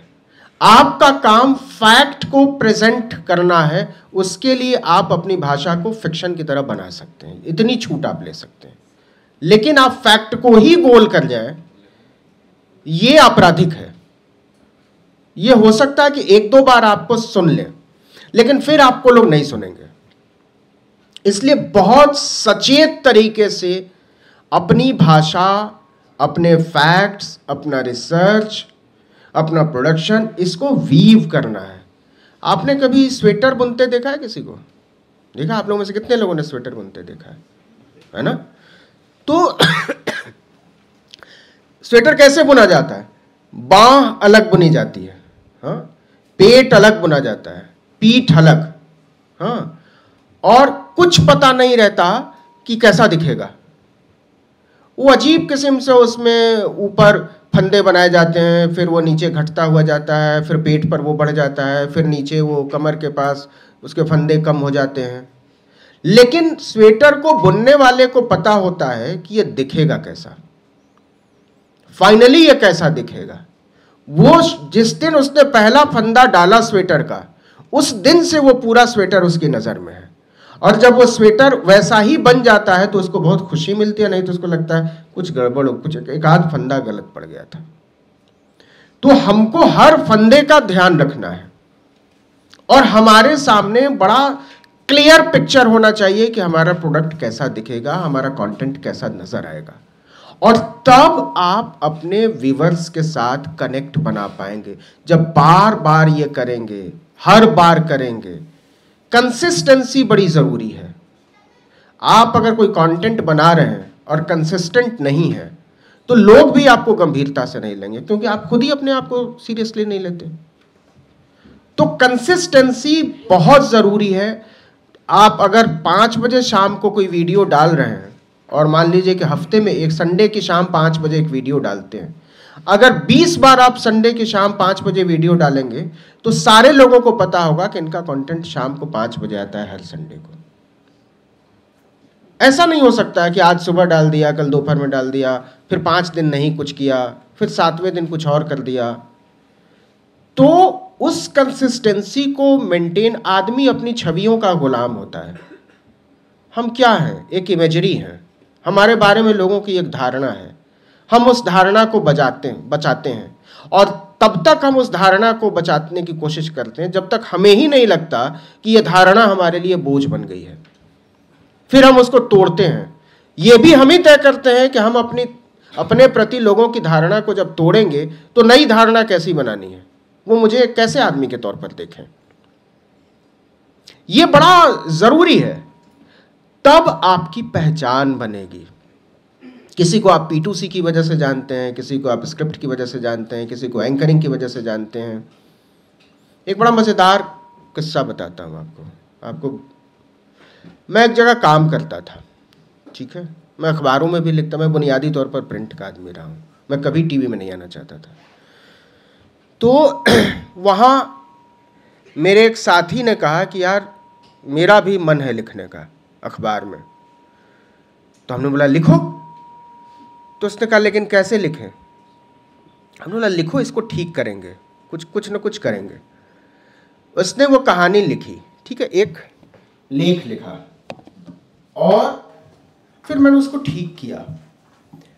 ठीक करते करते वो ठीक हो गया, उसको उसने भेज दिया छपने के लिए अपने ईमेल आईडी से एडिटर को कि हमने ये लिखा है और आप इसको छपने लायक हो तो देख लीजिए। 4 दिन बाद वो आर्टिकल एडिट पेज पर छपा। सुबह आमतौर पर दिल्ली के पत्रकार 9-10 बजे तक सोते हैं। मेरे पास 8:30 बजे मेरे एक दोस्त का फ़ोन आया और बोला बड़ा अच्छा लेख लिखा है तुमने। हमने बोला मैंने तो कुछ लिखा नहीं। तो उसने कहा नहीं, इस अखबार में नहीं लिखा है तुमने? हमने बोला नहीं। बोला ऐसा है कि ठीक है, अपने नाम पर नहीं लिखा है, दूसरे के नाम पर लिखा है, लेकिन लिखा तुम्हें नहीं है। अब आप सोचो कि अखबार में पढ़कर कोई आदमी अगर ये समझ जा रहा है कि ये भाषा किसकी होगी, तो ये आप अपने हर कंटेंट पर अपना सिग्नेचर करते हो। वो सिग्नेचर दिखाई नहीं देता है, वो समझ में आता है ना। आप आंख बंद करके समझ जाते हो ना कि टीवी में कौन आ रहा है। आप समझ जाते हो ना, जैसे शाहरुख खान को, आमिर खान को, सबको पहचान लेते हो ना बिना देखे हुए, आवाज से, उनके डायलॉग डिलीवरी से। वैसे ही जर्नलिस्टों के साथ भी है। तो आपकी हर चीज आपकी पहचान से, इवन आपके पहनने चलने का तरीका, सब आप उसमें छूट नहीं ले सकते हैं, उसको टेकन फॉर ग्रांटेड नहीं ले सकते हैं। जैसे मैंने भी 3 लाइन लिखी, ईमानदारी से जितना समय आपको दिया था उतना ही मैंने अपने आप को भी दिया था। विज्ञान कहता है कि सुबह के 6:40 पर जंतर मंतर से संसद की तरफ जाती हुई इस सड़क पर सूरज उग रहा था। आप दरअसल हम वीडियो के लोग हैं, हम विजुअल को भी स्क्रिप्ट के साथ बुनते हैं, वीव करते हैं। और आप ये नहीं कहेंगे जैसा कि आप देख रहे हैं, अरे वो तो दिख ही रहा है, आपके कहने से थोड़ी दिखेगा। आप देख सकते हैं कि मेरे पीछे कितनी, अरे वो भीड़ दिख रही है, आप क्यों बोल रहे हो? ये बैड विजुअल जर्नलिज्म है, इससे बचना चाहिए। जैसा कि आप देख रहे हैं वो दिख रहा है, आप दिखा दीजिए, आपको कहने की जरूरत ही नहीं। आप कुछ और बात करिए उस विजुअल को सब्सटेंशिएट करने के लिए, उसको आगे ले जाने के लिए। टेलीविजन में सिखाया जाता है कि हर आपका जो वॉइस ओवर है वो आपके पिछले वॉइस ओवर को कहानी के तौर पर आगे ले जाना चाहिए। ऐसा नहीं कि जो पहली लाइन में कह रहे थे वही दूसरी लाइन में भी कह रहे हैं, वही 10वीं लाइन में भी कह रहे हैं, कुछ मतलब नहीं है। तो आपके दिमाग में क्लैरिटी होनी चाहिए कि आप जो कह रहे हो उसके बाद की कहानी आगे आनी चाहिए, तब इंटरेस्ट मेंटेन रहेगा। विज्ञान कहता है कि सुबह के 6:40 पर जंतर मंतर से संसद की तरफ जाती हुई सड़क पर सूरज उग रहा था, लेकिन उसी सड़क के एक कोने पर पड़ी हुई 56 साल के सत्यनारायण की लाश इस बात की मुनादी पीट रही थी कि अन्याय के अंधेरे को दूर करने में यह सूरज नाकाम रहा है। 9 बित्ते की इस लाश का वजन उठाने में सिसक उठी संविधान की धरती, लोकतंत्र का आसमान और न्याय की पुरवाई। आधे कट्ठे जमीन के वास्ते सत्यनारायण की 9 बरस की लड़ाई का हासिल है ये फुटपाथ, पोस्टमार्टम और मुर्दा घर, जहां सफेद चादर के नीचे सत्यनारायण की लाश से पहले मनुष्यता की लाश रखी हुई थी। जिंदा सत्य और मुर्दा नारायण के बीच इस मुल्क को जीवंत संविधान की 75 बरस बाद भी बेसब्री से तलाश है।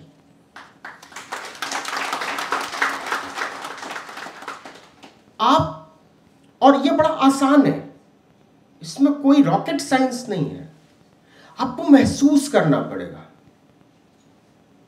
आपको फील करना पड़ेगा स्टोरी को, और आपको समझना पड़ेगा कि आप कौन सा मैसेज कन्वे करना चाहते हैं। आप रिएक्शनरी होकर कोई बात लंबे समय तक नहीं कर सकते। आपको रिएक्शनरी अप्रोच से बाहर आना पड़ेगा, आपको नरेटिव के अप्रोच में जाना पड़ेगा। हम सब कहानी कह रहे हैं ना, हम सब कहानीकार हैं। ऐसा नहीं कि हमको किसी ने थप्पड़ मार दिया और हम गाली दिए जा रहे हैं, नहीं। हमको अपनी बात लॉजिक के साथ कहनी है, तो वो लॉजिक भी हमारे पास होना चाहिए, कहने का तरीका भी होना चाहिए, और वो फैक्ट भी होना चाहिए। बात आप वही कहेंगे, और उसकी रीच जो है ना, बहुत सारे लोग हम लोगों से रीच की बात करते हैं, उसकी रीच ज्यादा होगी। ज्यादा लोग, देखो हम लोगों के सामने हम बहुजन लोग हैं, ठीक है, हम समझ एक तरह की हम पॉलिटिक्स भी कर रहे हैं, बहुत माइन्यूट पॉलिटिक्स कर रहे हैं, और जर्नलिज्म अपने आप में पॉलिटिक्स है मेरी समझ में। एक बड़ी पायस किस्म की पॉलिटिक्स है, पवित्र किस्म की राजनीति है, जिस पर लोग संदेह कम करते हैं। तो जितने बड़े बड़े लीडर्स हुए वो जर्नलिस्ट थे या वकील थे, तो उन्होंने क्यों चुना होगा जर्नलिज्म को? विश्वास हासिल करने के लिए, विश्वसनीयता हासिल करने के लिए। गांधी, अंबेडकर, पेरियार, सब लोगों ने अपने अपने समय पर अखबार निकाले, पत्रिकाएं निकाली। तो क्यों किया होगा? उनके तो करोड़ों करोड़ फॉलोअर थे। इसलिए किया होगा कि उनको यकीन था कि जो बात हम कह रहे हैं उसको ज्यादा गहराई तक पहुंचाने के लिए हमको कुछ लिखने पढ़ने की जरूरत है,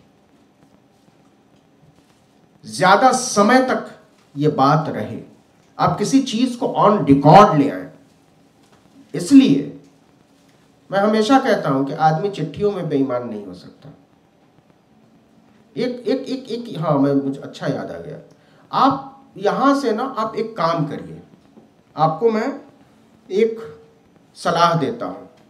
आप में से कितने लोगों ने कभी व्हाट्सएप वाली चिट्ठी और मेल वाली चिट्ठी लिख के, 10 लोगों ने, तो आप लोग क्या करिए कि यहीं बाहर, वहां सामने हेड पोस्ट ऑफिस है, बिल्कुल वॉकिंग डिस्टेंस पे, आप जाइए। और पता है आज भी पोस्ट कार्ड की कीमत 50 पैसे है। 50 पैसा चलना बंद हो चुका है, आपको 2 खरीदना पड़ेगा। आप जाइए, 100 पोस्ट कार्ड खरीदिए 50 रुपए का, और आप रोज एक पोस्ट कार्ड लिखिए, किसी को भी लिखिए, किसी को भी। आपको पता चलेगा कि आपकी जिंदगी में ऐसे लोग बहुत कम हैं जिनको आप कुछ लिखना चाहते हैं।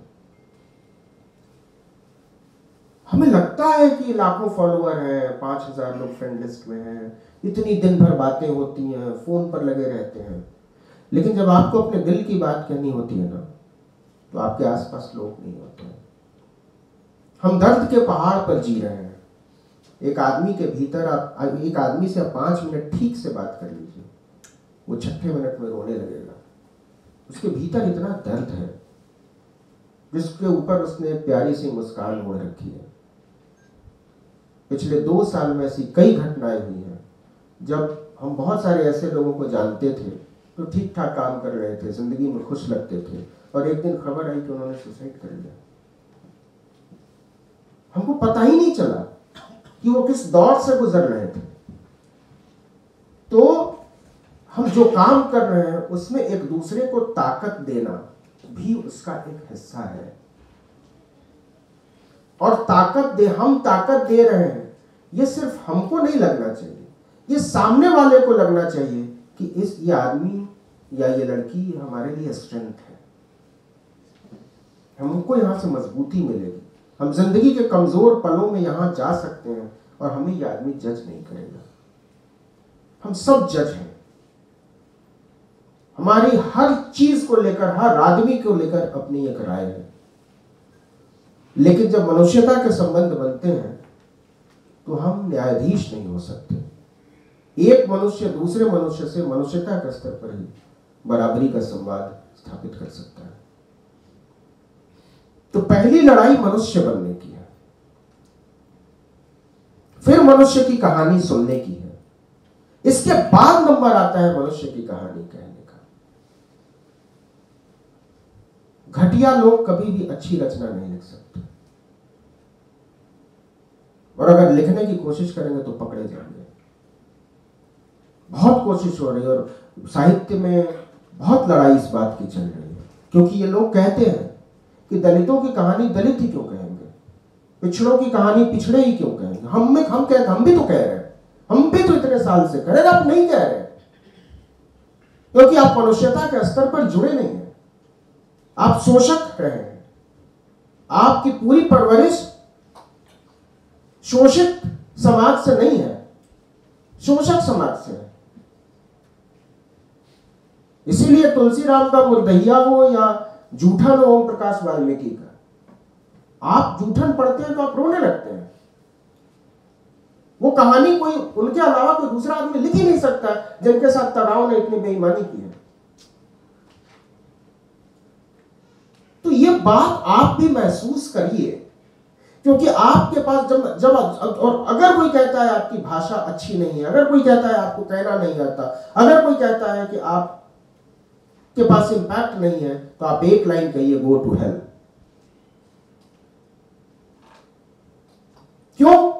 क्योंकि आपकी डाइवर्स भाषा जो आपकी ताकत है उसको वो कमजोरी की तरह बताते हैं। ये क्या बात हुई कि मथुरा और इलाहाबाद के 100 बाभनों ने मिलकर अपनी भाषा तय कर ली और कहा कि भैया ये मानक हिंदी होगी, है? तो हरियाणा की हिंदी कहां जाएगी, तो उत्तराखंड की हिंदी कहां जाएगी, तो बिहार की हिंदी कहां जाएगी, मैथिली, भोजपुरी, मगही, अंगिका कहां जाएगी, राजस्थानी कहां जाएगी? ये सब हिंदी नहीं है। तो हिंदी के नाम पर जो फरेब हुआ है, भाषा के मानकीकरण के नाम पर तमाम बाबाओं ने मिलकर जो कर लिया, इसकी कुंठा से हम लोगों को ऊपर उठना चाहिए। आपको बिल्कुल शर्माने की जरूरत नहीं है कि आप श को स बोलते हो, नहीं, ये आपकी पूंजी है, क्योंकि वो आपको उन लोगों से जुड़ने का मौका मिलता है जिनको पता नहीं है कि भाषा का मानकीकरण कभी हुआ है। इसलिए आपकी हर चीज, अपनी हर कमजोरी को अपनी स्ट्रेंथ बनाइए। आपके साथ जो हुआ है वो दूसरों के साथ नहीं हुआ है। आप जहां तक एंटर कर पाते हैं, जहां तक भेद पाते हैं अपनी समझ और दृष्टि को, वहां तक दूसरे लोग नहीं भेद सकते। आप केवल घरों में नहीं घुसते हैं, आप उन घरों के दर्द में घुसते हैं। ये फर्क है उनके लिखने में और हमारे लिखने में। घर क्या है, दीवार और छत है?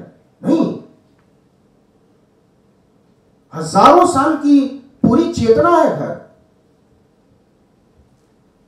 पूरी परवरिश है। आप एक घर की देहरी लांघते हुए एक केवल लकीर नहीं लांघते हो, आप 1000 साल की गुलामी लांघ जाते हो।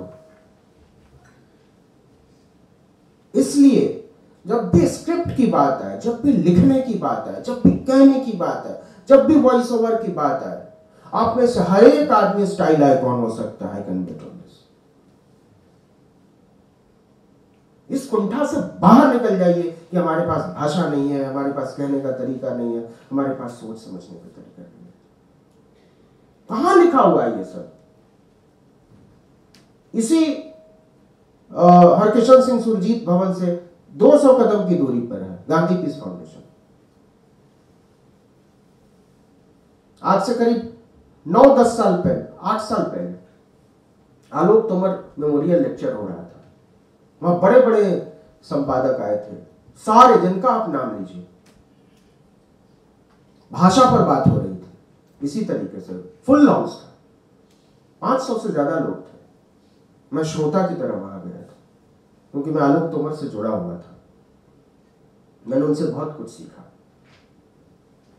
आप हरा भरा अकाल पढ़िए आलोक तोमर का।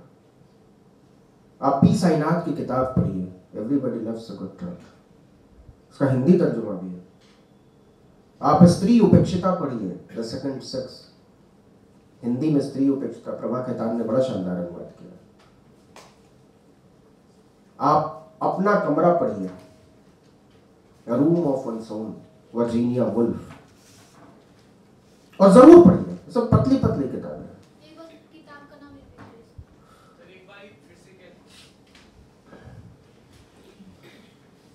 आप पी साईनाथ को पढ़िए, आप नाम लिख लीजिए, पी साईनाथ, हरा भरा अकाल। आप पढ़िए अपना कमरा, हिंदी वाली मैं बात बता रहा हूं।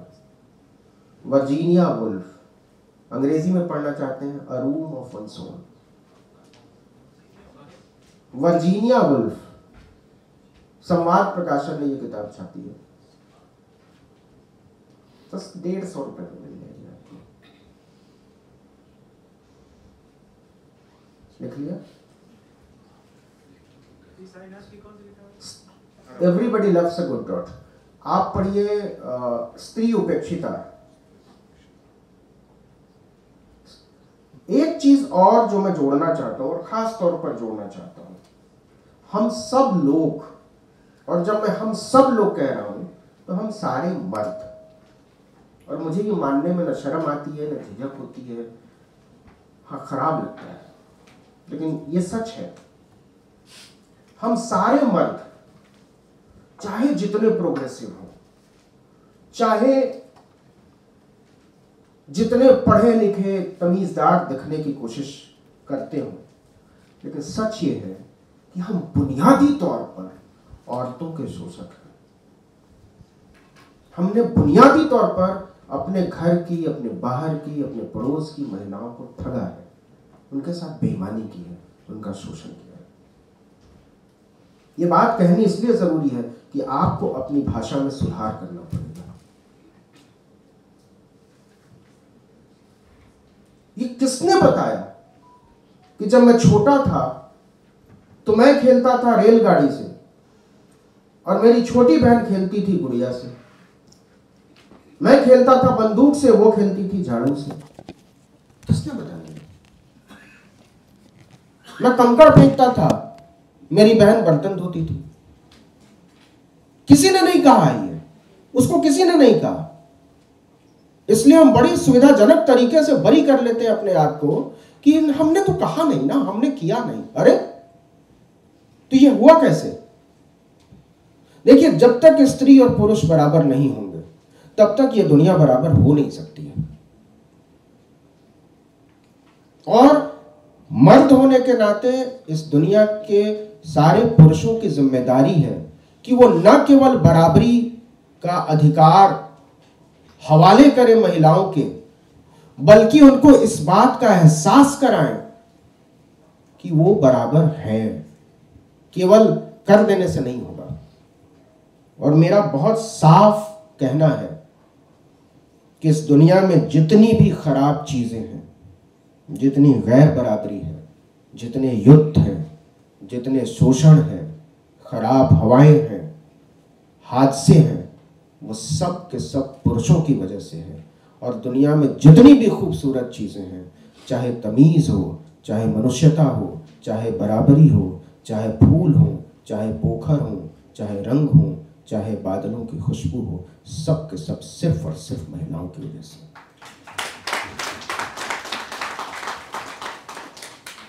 तो जब तक हम इसको दिल से महसूस नहीं करेंगे ना, आप महिलाओं को शक की नजर से देखेंगे।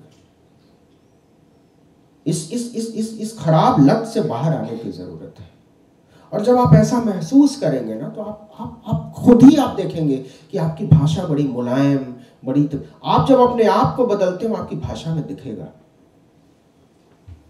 हो ही नहीं सकता कि ना दिखे, क्योंकि यह समझ है। आपको अपनी समझ बदलनी पड़ेगी समय के साथ। हम सब लोग तो बराबरी की डिमांड करने वाले लोग हैं भाई, यही तो हमारी बुनियादी डिमांड है ना। इसके अलावा तो कोई डिमांड नहीं है कि हमको बराबरी के स्तर पर महसूस किया जाए। हमको भी आपने कर दिया है, संविधान में लिख दिया, आप जानते हैं, हमको महसूस होना चाहिए।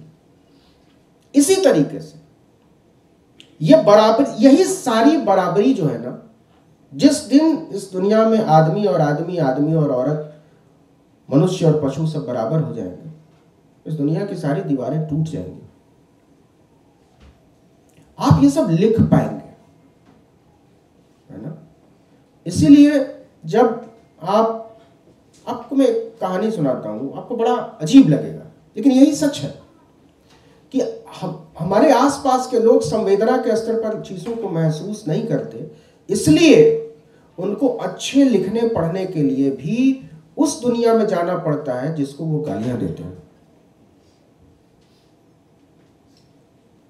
अटल बिहारी वाजपेयी की मौत हुई, उनका निधन हुआ।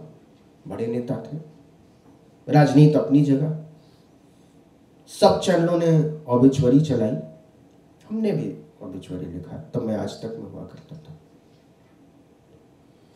आज इसी सड़क पर पीछे बीजेपी का दफ्तर है, वहाँ प्लेनरी का आयोजन हुआ उनकी स्मृति में। बहुत सारी चीज़ें उन्होंने देखी होंगी जो वाजपेयी के लिए ऑबिचुअरी लिखी गई होगी। उन्होंने चुना मेरी ऑबिचुअरी को। बहुत सारे लोग थे जो लिख रहे थे रिपब्लिक टीवी में, जिन्होंने जी न्यूज़ के लिए किया, सुधीर चौधरी, पता नहीं कौन कौन, लेकिन उनको घूम फिरकर यहां आना पड़ा, क्योंकि आपके पास कोई नहीं था ये लिखने वाला कि ये कौन गया कि जिसके जाने से रोती है रात से सकती है रागिनी। ये भाषा तब आएगी जब आप बराबरी के स्तर पर संवेदना को बरतेंगे। बरतना जो है ना, ये हमारे भीतर है, बाहर नहीं है। हम बरतते हैं। आपके घर में कोई आता है तो आप व्यवहार को बरतते हैं। आप उसको बैठने के लिए कहते हैं, आप उसको पानी देते हैं, आप पूछते हैं कि आने में कोई दिक्कत तो नहीं हुई। किसी ने कहा तो नहीं है, इसकी ट्रेनिंग तो नहीं मिली है, लेकिन हम सीख जाते हैं। तो यही हमारी भाषा, हमारी समझ, हमारी संवेदना का कमाल है। हम यही करना चाहते हैं। आप ब्रेक लेना चाहते हैं कोई, या चलने दें? चलिए एक एक्सरसाइज करते हैं। और इतनी देर जो बात हुई है वो, अब आपको पिछली बार 3 लाइन लिखनी थी, इस बार आपको 1 लाइन लिखना है। पिछली बार हमने आपको इशू दिया था, इस बार आपको कोई इशू नहीं देते। आप अपनी आंखें बंद करिए, आप 10 सेकंड 20 सेकंड अपनी आंखें बंद करिए। आप अपने आप को ब्लैंक छोड़िए। आप जो भी सोचना चाहते हो सोचिए। आपके ज़िंदगी में पिछले दिनों क्या गुजरा, आपको कौन सी बात अच्छी लगी, आपको कौन सी बात बुरी लगी, आपके एस्पिरेशन क्या थे। You can think anything. जो भी आप सोचना चाहते हैं वो सोचिए। और जब आपको लगे कि आपको अच्छा महसूस हो रहा है, आपके दिमाग में जो भी पहली लाइन आए वो लिखिए, लेकिन केवल 1 लाइन।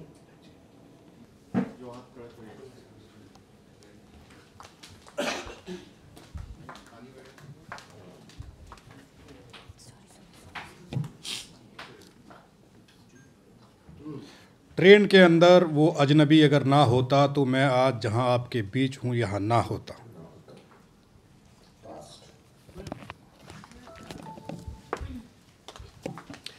एक हाथ से पढ़ाई और दूसरे हाथ से लड़ाई।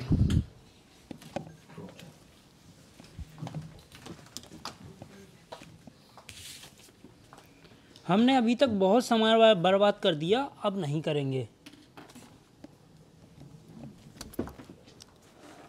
We can do anything with faith in us.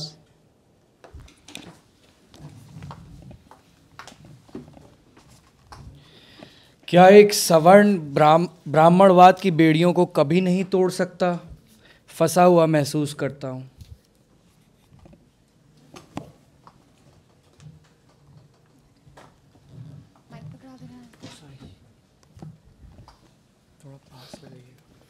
Bharat बहुत तेजी से ब्राह्मणवादी, पुरोहितवादी, अधिनायकवादी, जिसको इंग्लिश में बोलते हैं थियोक्रेटिक राज व्यवस्था की ओर बढ़ रहा है, जो देश के लिए विनाशकारी साबित हो सकता है।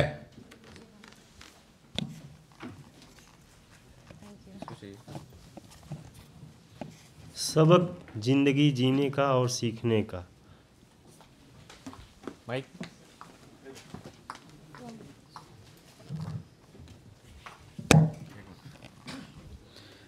संघर्ष का दूसरा नाम जिंदगी।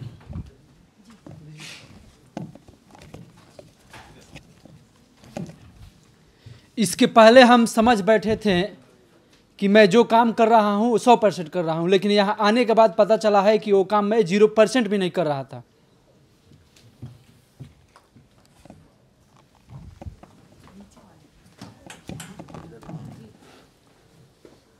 जीवन के 41 वर्ष बीत गए। अब नया मानवता, बहुजन व मध्य मार्ग की तरफ चलना होगा। हवा के तेज झोंकों से बाहर निकला और अंततः मुख्य धारा में शामिल हुआ।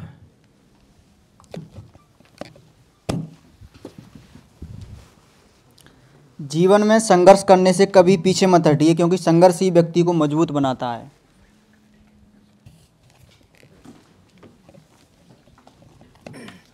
हजारों में मैं अजनबी। और कोई?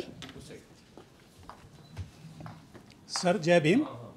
मुझे अभी आपकी स्पीच में ही एक बहुत अच्छा कंटेंट मिल गया सर, कि हम चल तो रहे हैं मगर पहुंच नहीं पा रहे हैं। और किसी को? मेरे लिए यह सबसे सुनहरा अवसर है।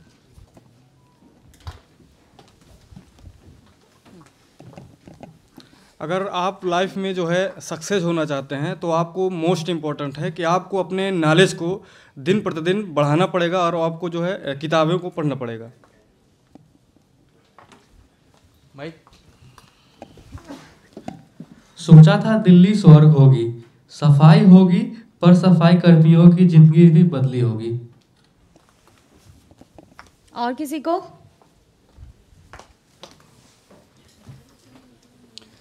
अब हमें जुबान से नहीं, हाथ पैर से कार्य करना पड़ेगा।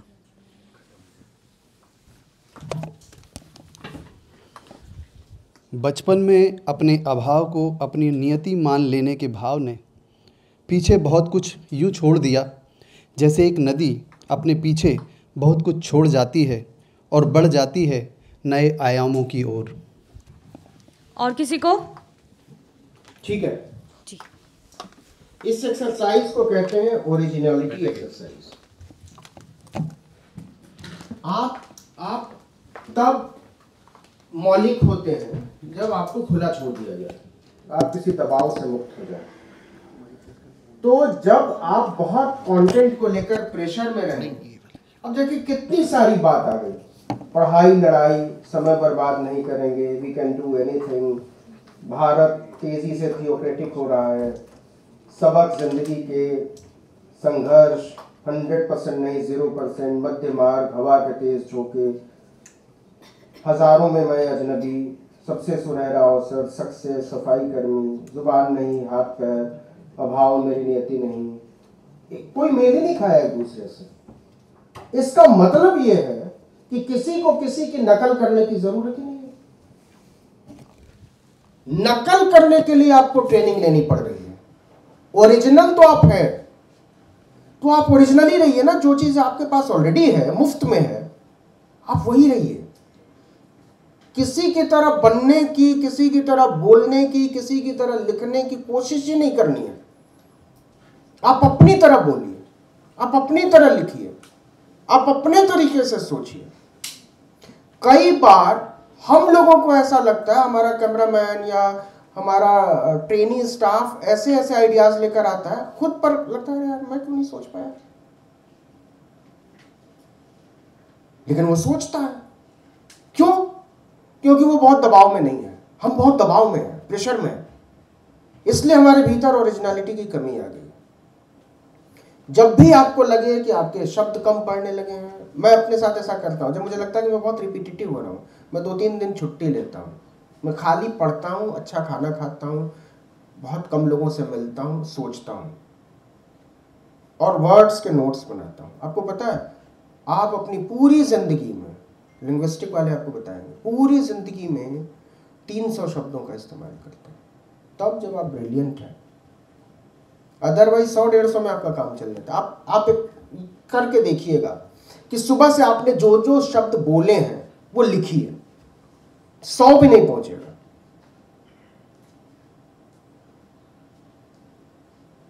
तो नए शब्दों को लाने के लिए नई किताबों और नए समाजों के पास आपको जाना पड़ेगा। इसका कोई शॉर्टकट नहीं है, आपको पढ़ना ही पड़ेगा।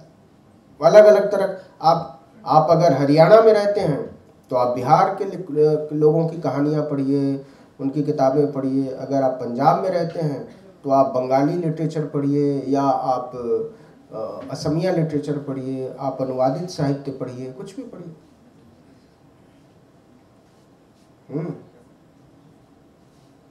नहीं तो आप हमेशा ही ये सोचते रहेंगे कि जब आप किसी को दिल से प्यार करते हैं तो समूची कायनात उसको मिलाने में जुट जाती है। ये शाहरुख खान का लिखा हुआ है। हाँ, समूचे लोग यही सोचते हैं।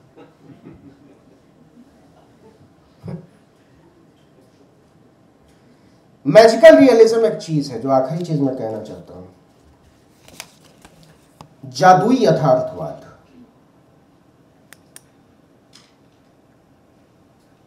जो चीज आपके सामने नहीं है वो उसकी समझ में आए। Love in the time of cholera एक किताब आई थी, गैब्रियल गार्सिया मार्केज की। जादुई यथार्थवाद की वो बड़ी शानदार किताब मानी जाती है।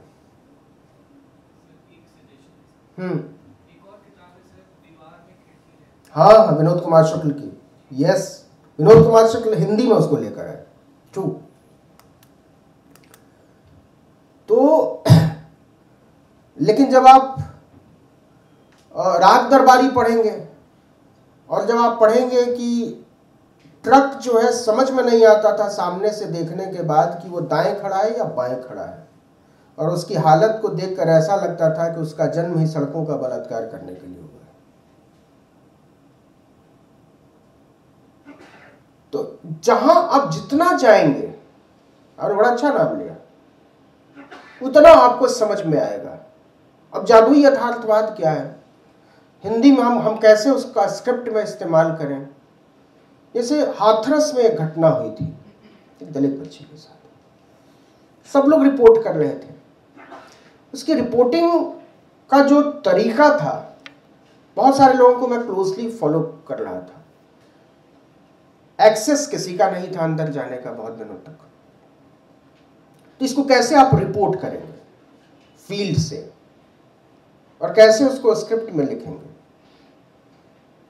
तो आप लिखिए कि इसके मतलब ऐसा लिख सकते हैं, ऐसा नहीं कह रहा हूं, ऐसा लिखें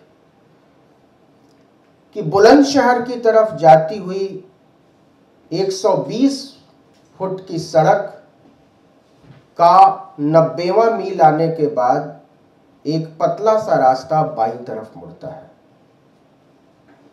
थोड़ी दूर तक चलने के बाद कोलतार उस सड़क का साथ छोड़ देती है और सिर्फ एक पगडंडी बचती है।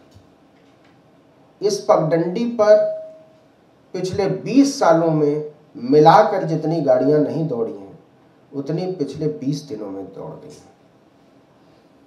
ये रास्ता थोड़ी दूर जाने के बाद खेतों में खुलता है। किसान बताते हैं कि इन खेतों में केवल 4 दिन पहले तक गन्ने लहलहा रहे थे, लेकिन अब ये गाड़ियों को खड़ी करने की जगह है। दिल्ली से बहुत बड़े बड़े साहब आए हैं, कुछ लखनऊ से भी, फिल्म सिटी के पत्रकार भी आए हैं, कुछ रेहड़ी वाले, कुछ खोमचे वाले भी आ गए हैं। एक बाजार सा लग गया है जिसको इस गांव के भीतर चल रही कहानी से कोई लेना देना नहीं, सिवाय इस बात के कि उसका कारोबार चलता रहे। थोड़ी दूर के बाद ये रास्ता बंद हो जाता है और कुछ लोग वहाँ बैठे नजर आते हैं जो बात कर रहे हैं उस लड़की के चरित्र के बारे में। Then you open your story. आपका व्यूअर जो वहाँ नहीं गया है वो महसूस करेगा कि गांव ऐसा दिखता होगा, माहौल ऐसा होगा, लोग ऐसे सोचते होंगे। ये बड़ा आसान है, लेकिन उतना ही मुश्किल भी है। आसान जब आप साध लेंगे इसको तो आसान लगेगा, जब आप नहीं साध पाएंगे तो आपको यही काम मुश्किल लगेगा। जब आपके पास बहुत सारे शब्द होंगे, बहुत सारे रेफरेंसेस होंगे, है ना भाई, नाचने वाले तो कुमार गंधर्व पर भी नाच लेते हैं, ठुमरी पर भी नाच लेते हैं, लेकिन इसका मतलब ये नहीं है कि आपको उसकी समझ आ गई है। आपको पता होना चाहिए ना ताल, सुर, लय के बारे में, किसी चीज की संवेदना के बारे में। ये तब पता होगा जब हम सब लोग बहुत सारी चीजों के बारे में जानेंगे, बहुत सारे लोगों के साथ बराबरी के स्तर पर मिलेंगे। बाबा साहब ने कहा था कि जब आप समाज के एक बड़े हिस्से से बराबरी के स्तर पर मिलने जुलने का अवसर छीन लेते हैं तो उसको आप बहुत बड़े आंदोलन के लिए तैयार कर देते हैं। इसके लिए कुछ करने की जरूरत नहीं है। हम लोग एक मूवमेंट का हिस्सा है। काशिर हम कहते थे, मूवमेंट कहते थे वो, उन्होंने कभी बीएसपी नहीं कहा, मूवमेंट के लिए। तो हम सब लोग उसी तरीके से एक जर्नलिस्टिक मूवमेंट के लोग हैं। हम लिखने पढ़ने के जरिए हम अपना आंदोलन चला रहे हैं और हर आंदोलन का एक मकसद है। तो आपके सामने भी मकसद आपका साफ होना चाहिए। आपको पता होना चाहिए कि आपके आंदोलन के साथी कौन है। आपको यह भी पता होना चाहिए कि आपके आंदोलन के दुश्मन कौन है। इन दोनों चीजों के लिए जरूरी है कि आप अपनी नजर और अपना नजरिया दोनों खोल कर रखें।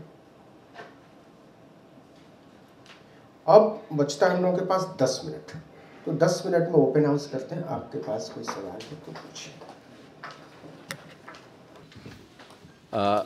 हेलो नवीन जी,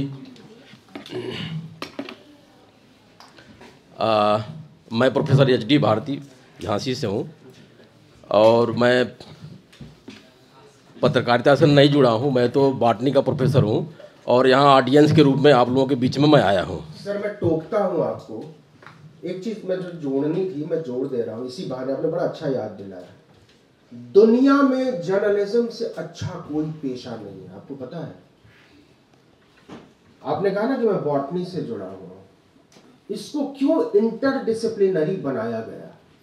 आपको पता है डॉक्टर वैसे ही इलाज करता है, उसी तरीके से ऑपरेशन करता है, वैसे ही दवाइयां लिखता है, इंजीनियर उसी टेक्निक से पुल बनाता है, क्लर्क उसी तरीके से फाइलें पास करता है, 50-50 साल तक वही काम करता आ रहा है। जर्नलिस्ट इकलौता ऐसा प्राणी है जो काम वो आज कर रहा है वो जिंदगी में पहली बार कर रहा है और जिंदगी में आखिरी बार कर रहा है। अगर आज इस कमरे में 130 लोग मौजूद हैं, बाहर का तापमान 16 डिग्री है, हरकिशन सिंह सुरजीत के भवन के पहले फ्लोर का ये हॉल है, ये मौका पहली बार है। अगर आप रिपोर्ट कर रहे हैं आपके पास दोबारा कभी ऐसा मौका नहीं है, तो आपको उसी समय बेस्ट देना है। आप ये नहीं सोच सकते कि अगले में कर लेंगे, तो इसलिए जिम्मेदारी ज्यादा बढ़ जाती। सॉरी, कोई बात नहीं। कुछ हमारी क्वेरीज हैं आपसे कि जैसे सोशल मीडिया पर मैं भी लिखता हूँ कुछ जो है, तो कंटेंट की जो बात हो रही है कि मैं ये देखता हूँ कि मैं जैसे समसामयिकी पर लिख रहा हूँ या कोई एक्सटर्नल अफेयर्स की चीज़ें लिख रहा हूँ तो उस पर व्यूअर बिल्कुल नहीं आते। और जैसे मैं केवल जो है एक बनियान पहना बैठा हूँ और जूता पॉलिश कर रहा हूँ और उस फोटोग्राफ को अपलोड कर देता हूँ तो उसमें हज़ारों व्यूअर्स आते हैं। लेकिन वही मैं अगर इजराइल और फ़िलिस्तीन युद्ध के बारे में लिख रहा हूँ या कैग की रिपोर्ट क्या आई भारत सरकार के अगेंस्ट उसको लिख रहा हूँ तो उस पर बिल्कुल व्यूअर्स नहीं आते हैं। तो क्या जो हमारे जो टारगेट जो व्यूअर्स हैं हम क्या उनको हम नहीं समझ पा रहे हैं कि जो अच्छी चीज़ें हैं जो समाज के और देश की भलाई के लिए है उसको लिख रहा हूँ तो उस पर उनका कमेंट नहीं आता, व्यू नहीं आता। लेकिन जो कुछ उटपटांग चीज़ें हैं जिनकी कोई ज़रूरत नहीं है ना समाज में हम अच्छा संदेश दे सकते हैं लेकिन उस पर आते हैं। पहला चीज़ ये हो गया। दूसरा, जैसे मैं कभी ऐड लगाता हूँ फेसबुक पर, हमने मान लीजिए कि हमने कांसीराम जी को लिखा या हमने महात्मा, हाँ ये ना just I am complete my this sentence, मैं ये सेंटेंस की ही बात कर रहा हूँ। तो जो उनका कंट्रीब्यूशन है अगर उसको हम ऐड पर लगाते हैं तो वो मेटा से रिजेक्ट हो जाता है। तो क्या मेटा की ओपिनियन और जो बहुजन समाज है उनकी ओपिनियन में क्या इतना डिफरेंस है कि हम वो ऐड पर लगा रहे हैं, हम उन्हें पैसे भी दे रहे हैं तो भी हमारा ऐड रिजेक्ट हो जाता है? दो चीजें हो गई। नहीं, ये कंटेंट की बात, हम कंटेंट ही लिखते हैं, हमने कंटेंट लिखा और उस पर रिजेक्ट हुआ। समझ गया। आपके इतने लंबे सवाल का जवाब केवल एक लाइन है। ये जितने आप करोड़ों व्यूज देख रहे हैं, अरबों व्यूज देख रहे हैं, इससे कोई फर्क पड़ता है क्या किसी को? क्या उसमें से किसी को जेल में डाला जाएगा? जेल में मुझे डाला जाएगा, मुझे भले कोई ना देखे। जेल में इसको डाला जाएगा, जेल में उसको डाला जाएगा। नहीं, इसका मतलब ये है, नहीं, सुनिए, हम जो काम कर रहे हैं उस जिस इरादे से कर रहे हैं, जिस इम्पैक्ट के लिए कर रहे हैं, हमारा काम सही है। इसलिए हुकूमतें हमारे खिलाफ होती हैं, समाज हमारे खिलाफ होते हैं, है ना, हमारे खिलाफ नैरेटिव बनाया जाता है। बहुत फर्क, इससे क्या फर्क पड़ता है कि कितने सारे लोग देखते हैं? हम शाहरुख खान बनने नहीं चले सर, क्लियर है, हम जर्नलिस्ट हैं, कोई दिक्कत। पूछिए बबीता से, वो कंगना रनौत बनना चाहती है क्या? नहीं, सबको पता है, नॉनसेंसिकल चीजें ज्यादा लोग पसंद करते हैं। और नेक्स्ट क्वेश्चन प्लीज। क्वेश्चन थोड़ा छोटा और क्रिस्प रखिएगा अपना। सर, जैसे ओरिजिनल कंटेंट की बात हुई है तो जो ऑथेंटिक बुक कौन से ऐसे हम पढ़ें और रिसर्च करें किन बुकों पे ताकि हम उसको सही लोगों के सामने प्रस्तुत कर पाएं? देखिए, ये बड़ा अच्छा सवाल है, सब लोग ध्यान रखिएगा। मुझे 20 साल लगे ये समझने में कि मुझे क्या पढ़ना पसंद है। हाँ, समय के साथ आपकी दिलचस्पियां बदलती हैं। पहले हम कॉमिक्स पढ़ते थे, फिर हम कहानी पढ़ने लगे, फिर हम उपन्यास पढ़ने लगे। आजकल मैं इवोल्यूशन पढ़ता हूँ। दुनिया ऐसे क्यों बनी, दुनिया का इतिहास क्या है, धरती ऐसी क्यों है। जब ह्यूमन इवोल्यूशन का समय एक ही है तो दुनिया के कुछ देश तरक्की क्यों कर गए, दुनिया के कुछ देश पीछे क्यों रह गए। गन्स, जर्म्स एंड स्टील, जेरे डायमंड की किताबें मुझे बड़ी अच्छी लगी। बहुत सारे लोग पॉलो कोएल्हो को पढ़ रहे हैं, बहुत सारे लोग बहुत कुछ पढ़, तो दिलचस्प आप। लेकिन शुरुआत में आपको जो अच्छा लगता हो, आपको कॉमिक्स चंदा मामा पढ़ना पसंद, आप चंदा मामा पढ़िए, लेकिन प्लीज पढ़ने की आदत बनाइए। Next question.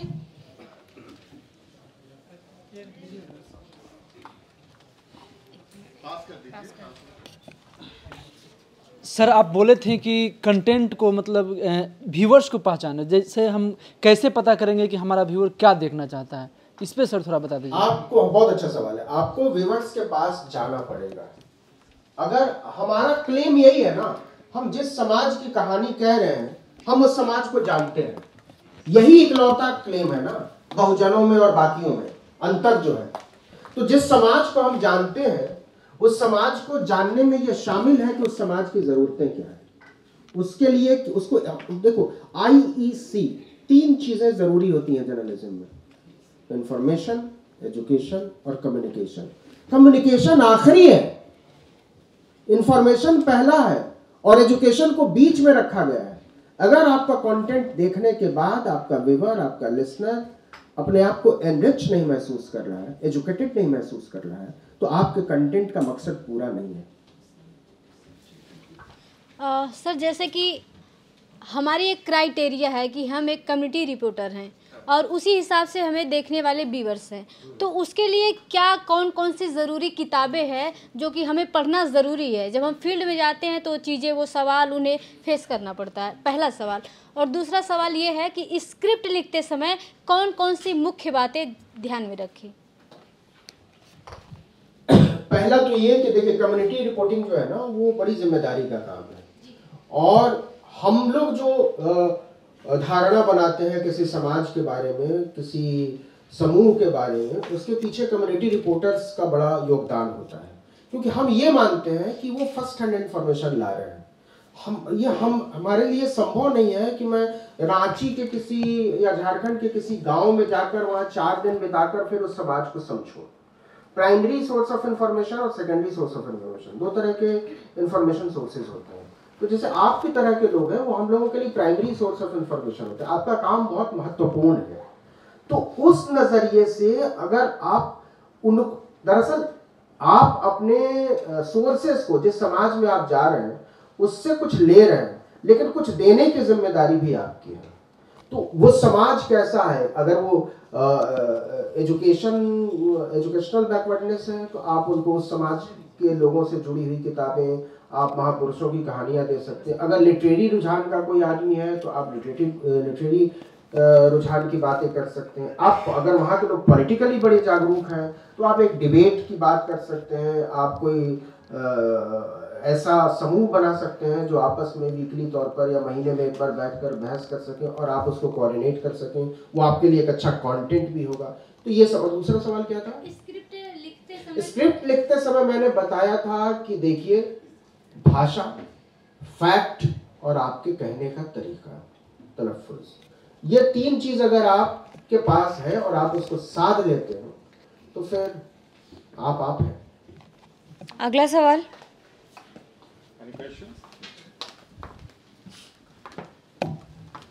सर मैं आपका वीडियो देखता हूँ, उसमें आप एक बिहार का यूट्यूबर है जो जेल में गया है अभी, उसके ऊपर आप वीडियो बना रहे हैं, मनीष कश्यप जी।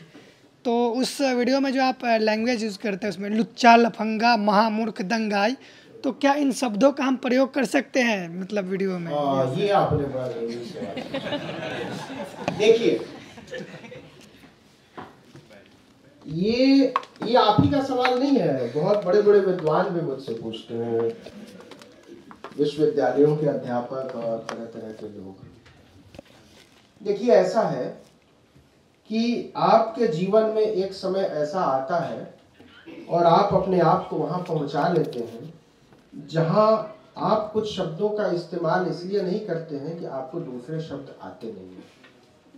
अगर इससे भी मतलब ज्यादा तीखे शब्द होते हिंदी के शब्दकोश में तो शायद मैं उनका इस्तेमाल करता। जो आदमी निश्चित तौर पर बहुजन विरोधी है, जो आदमी निश्चित तौर पर गरीब विरोधी है, जो पूरी तरीके से मनुवादी है, फांसीवादी है, उस आदमी को बताने के लिए, उस आदमी के बारे में मेरे शब्द, मैंने खाली उनके बारे में ही ऐसा नहीं लिखा है। बहुत सारे लोगों को इस वजह से दिक्कत हुई कि मैंने गोदी मीडिया के चैनलों को जो इजराइल गए थे उनको नचनिए कह दिया। हाँ, बहुत सारे लोगों ने कहा कि आप नचनिए कैसे कह सकते हैं। बहुत सारी चीजें थी, बहुत सारे लोगों ने अच्छा उनकी कुछ वाजिब दलील। दरअसल होता क्या है ना कि आपसे लोग बहुत उम्मीद करते हैं कि आप साफ सुथरे नजर आए। ये भी पॉलिटिक्स है। नहीं, जब आप जो बात कह रहे हैं ये इस शातिराना चीज को समझना पड़ेगा। फिर वो क्या कहेंगे, नहीं बात तो आप ठीक कह रहे हैं लेकिन जिस लहजे में कह रहे हैं ना वो ठीक नहीं। अरे वाह साहब, बात की बात करते हैं ना, लहजे पर क्यों जाते हैं? तो ये है। तो जैसे मैंने छमिया यूज किया तो एक कुछ लोगों ने कहा कि नहीं ये स्त्री विरोधी है, तो फिर गुलजार का एक गाना जुबा पर लागा लागा रे नमक इसका, उसको उन्होंने इस्तेमाल किया है, सिपहिये बाटे छमिये। तो हाँ, तो छमिये शब्द का इस्तेमाल उन्होंने सिपाही के लिए किया है, ब्रूटैलिटी के लिए किया है, शोषण के लिए किया है। तो डार्क ह्यूमर को समझना बड़ा आसान भी नहीं है। आप डार्क ह्यूमर, एक समय के बाद जब आप डार्क ह्यूमर करने लगते हैं और जर्नलिज्म जैसे सीरियस प्रोफेशन में इसका इस्तेमाल करते हैं, तो आप बहुत उम्मीद नहीं करते कि लोग वैसे ही समझेंगे जैसे आप कह रहे हैं। अगला सवाल। सर, जैसा कि स्क्रिप्ट जब हम लिख लेते हैं तो उसको प्रेजेंट करना है, तो प्रेजेंट करने के समय जो है फेस होता है कि कैसे हम प्रेजेंट करें कि बिल्कुल कंफर्टेबल होकर हम उसको बोल सकें, क्या चीज़ यूज करें। जैसे जो जिस भाषा में आप स्क्रिप्ट लिख रहे हैं जी, आप वही शब्द लिखिए जिसको आप बोल सकते हैं। आप जो नहीं बोल सकते हैं या जो आपका वॉइस ओवर नहीं सर, उसको रीड कैसे करें? जैसे हम टेलीप्रॉम्प्टर का यूज करें कि जैसे ये अगर स्क्रिप्ट है तो निश्चित तौर पर आप टेलीप्रॉम्प्टर यूज जी। अगर कोई जरूरी नहीं है कि आप स्क्रीन पर लिखें, जैसे हम बहुत सारी कहानियां बनाते हैं जिसमें हम सिर्फ स्क्रिप्ट को पढ़ देते हैं, हम दिखते भी नहीं है। आपको मैं बताऊं, मुझे दिखना बिल्कुल पसंद नहीं है। अगर मेरी मजबूरी ना हो तो मुझे दिखने से बड़ी चिढ़ होती है। I don't at all love it, मुझे पसंद ही नहीं है। सर, मुझे सिर्फ लिखना पसंद है और पढ़ना पसंद है। लेकिन आप वही लिखिए पढ़िए जिसको लेकर आप सहज हो। एक कहानी बताता हूँ मैं। एक एंकर के साथ एक चैनल में मेरा झगड़ा हो गया, ठीक है। उस एंकर ने मेरी शिकायत कर दी कि नहीं नहीं नहीं ये तो ऐसे वैसे जो भी था। अगले दिन मैंने कहा कोई बात नहीं, ठीक है। तो हमने उनकी कहानी में किंग कर्तव्य विमूढ़ जैसे 10 शब्द डाल दिए एंकर ने।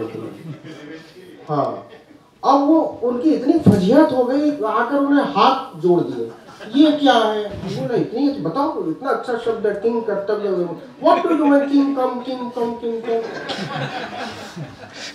तो आप अपने देखिए, आप अपने काम को एंजॉय करो, है ना।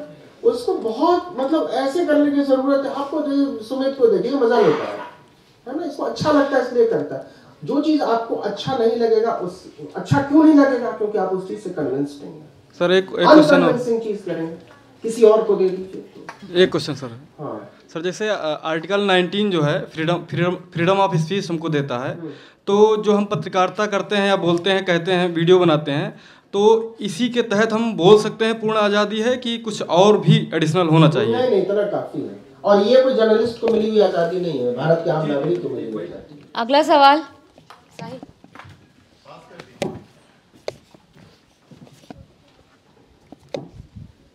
मुझे ये पूछना है कि भाई जो वॉइस का हम लोग ध्यान रखें कितनी, मैं जैसे आपकी कुछ वीडियो देखी मैंने, तो मुझे आप ऐसा लगता है कि भाई 4-5 मिनट जो आपकी मैंने वीडियो देखी बहुत मतलब एनर्जी से बोलते हैं, कि इसमें मतलब जो एनर्जी को लो और हाई किस वे में रखें। मुझे कई बार ये भी लगता है कि आप भाई ज़्यादा तेज़ बोलते हो, मतलब मैं मेरी एक फीलिंग बता रहा हूँ, बट मैंने ये देखा जो लोग ना थोड़ा तेज़ बोलते हैं भाई उनकी व्यूवरशिप ज़्यादा आती है। हाँ, नहीं ऐसा नहीं है। बहुत सारे लोग जैसे पंडित प्रसून वाजपेयी बहुत आराम से अपनी बात करते हैं, उनकी व्यूअरशिप बहुत ज्यादा है ना। ये सबका स्टाइल एक समय के साथ डेवलप हो जाता है। अगर अब मैं आज अपने आप को एकदम अचानक से टोन डाउन कर दूं, मेरी बहुत सारी स्क्रिप्ट्स ऐसी हैं जिसमें इतना मुलायम वॉइस ओवर है, एकदम रेशम की तरह, लेकिन उसको बहुत ज्यादा लोगों ने देखा। तो ये आप साधते हैं धीरे धीरे, स्टोरी के डिमांड पर निर्भर करता है। लेकिन अगर आप मतलब मैं अगर मणिपुर पर बात कर रहा हूँ या गजापट्टी पर बात कर रहा हूँ या हाथरस पर बात कर रहा हूँ, तो माफ कीजिएगा, मुझसे मुलायमियत की उम्मीद नहीं रखी जानी चाहिए। अगला सवाल। अगला सवाल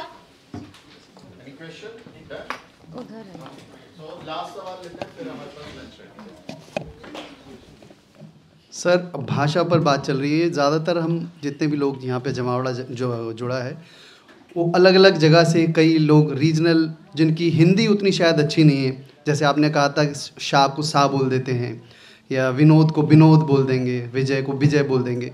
तो सर, इस तरह की अगर वीडियो में हम कंटेंट अगर बना रहे हैं, इस तरह की मिस्टेक्स अगर कर रहे हैं, तो उनको इन मिस्टेक्स को या इनको सॉर्ट आउट करने के लिए इनको क्यों सॉर्ट आउट, त्रुटियों को, यही जी तो मैं कह रहा हूँ, सॉर्ट आउट ही क्यों करना है? जी, आपने पंकज त्रिपाठी का नाम सुना है?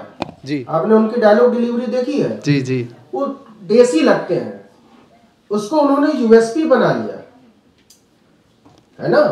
तो आपके पास जो है उसको पूंजी बनाइए, उस पर शर्मिंदा होने की जरूरत नहीं है।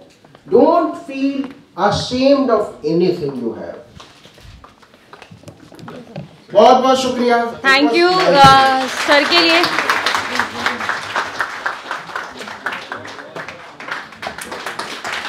स्टैंडिंग ओवेशन सर के लिए।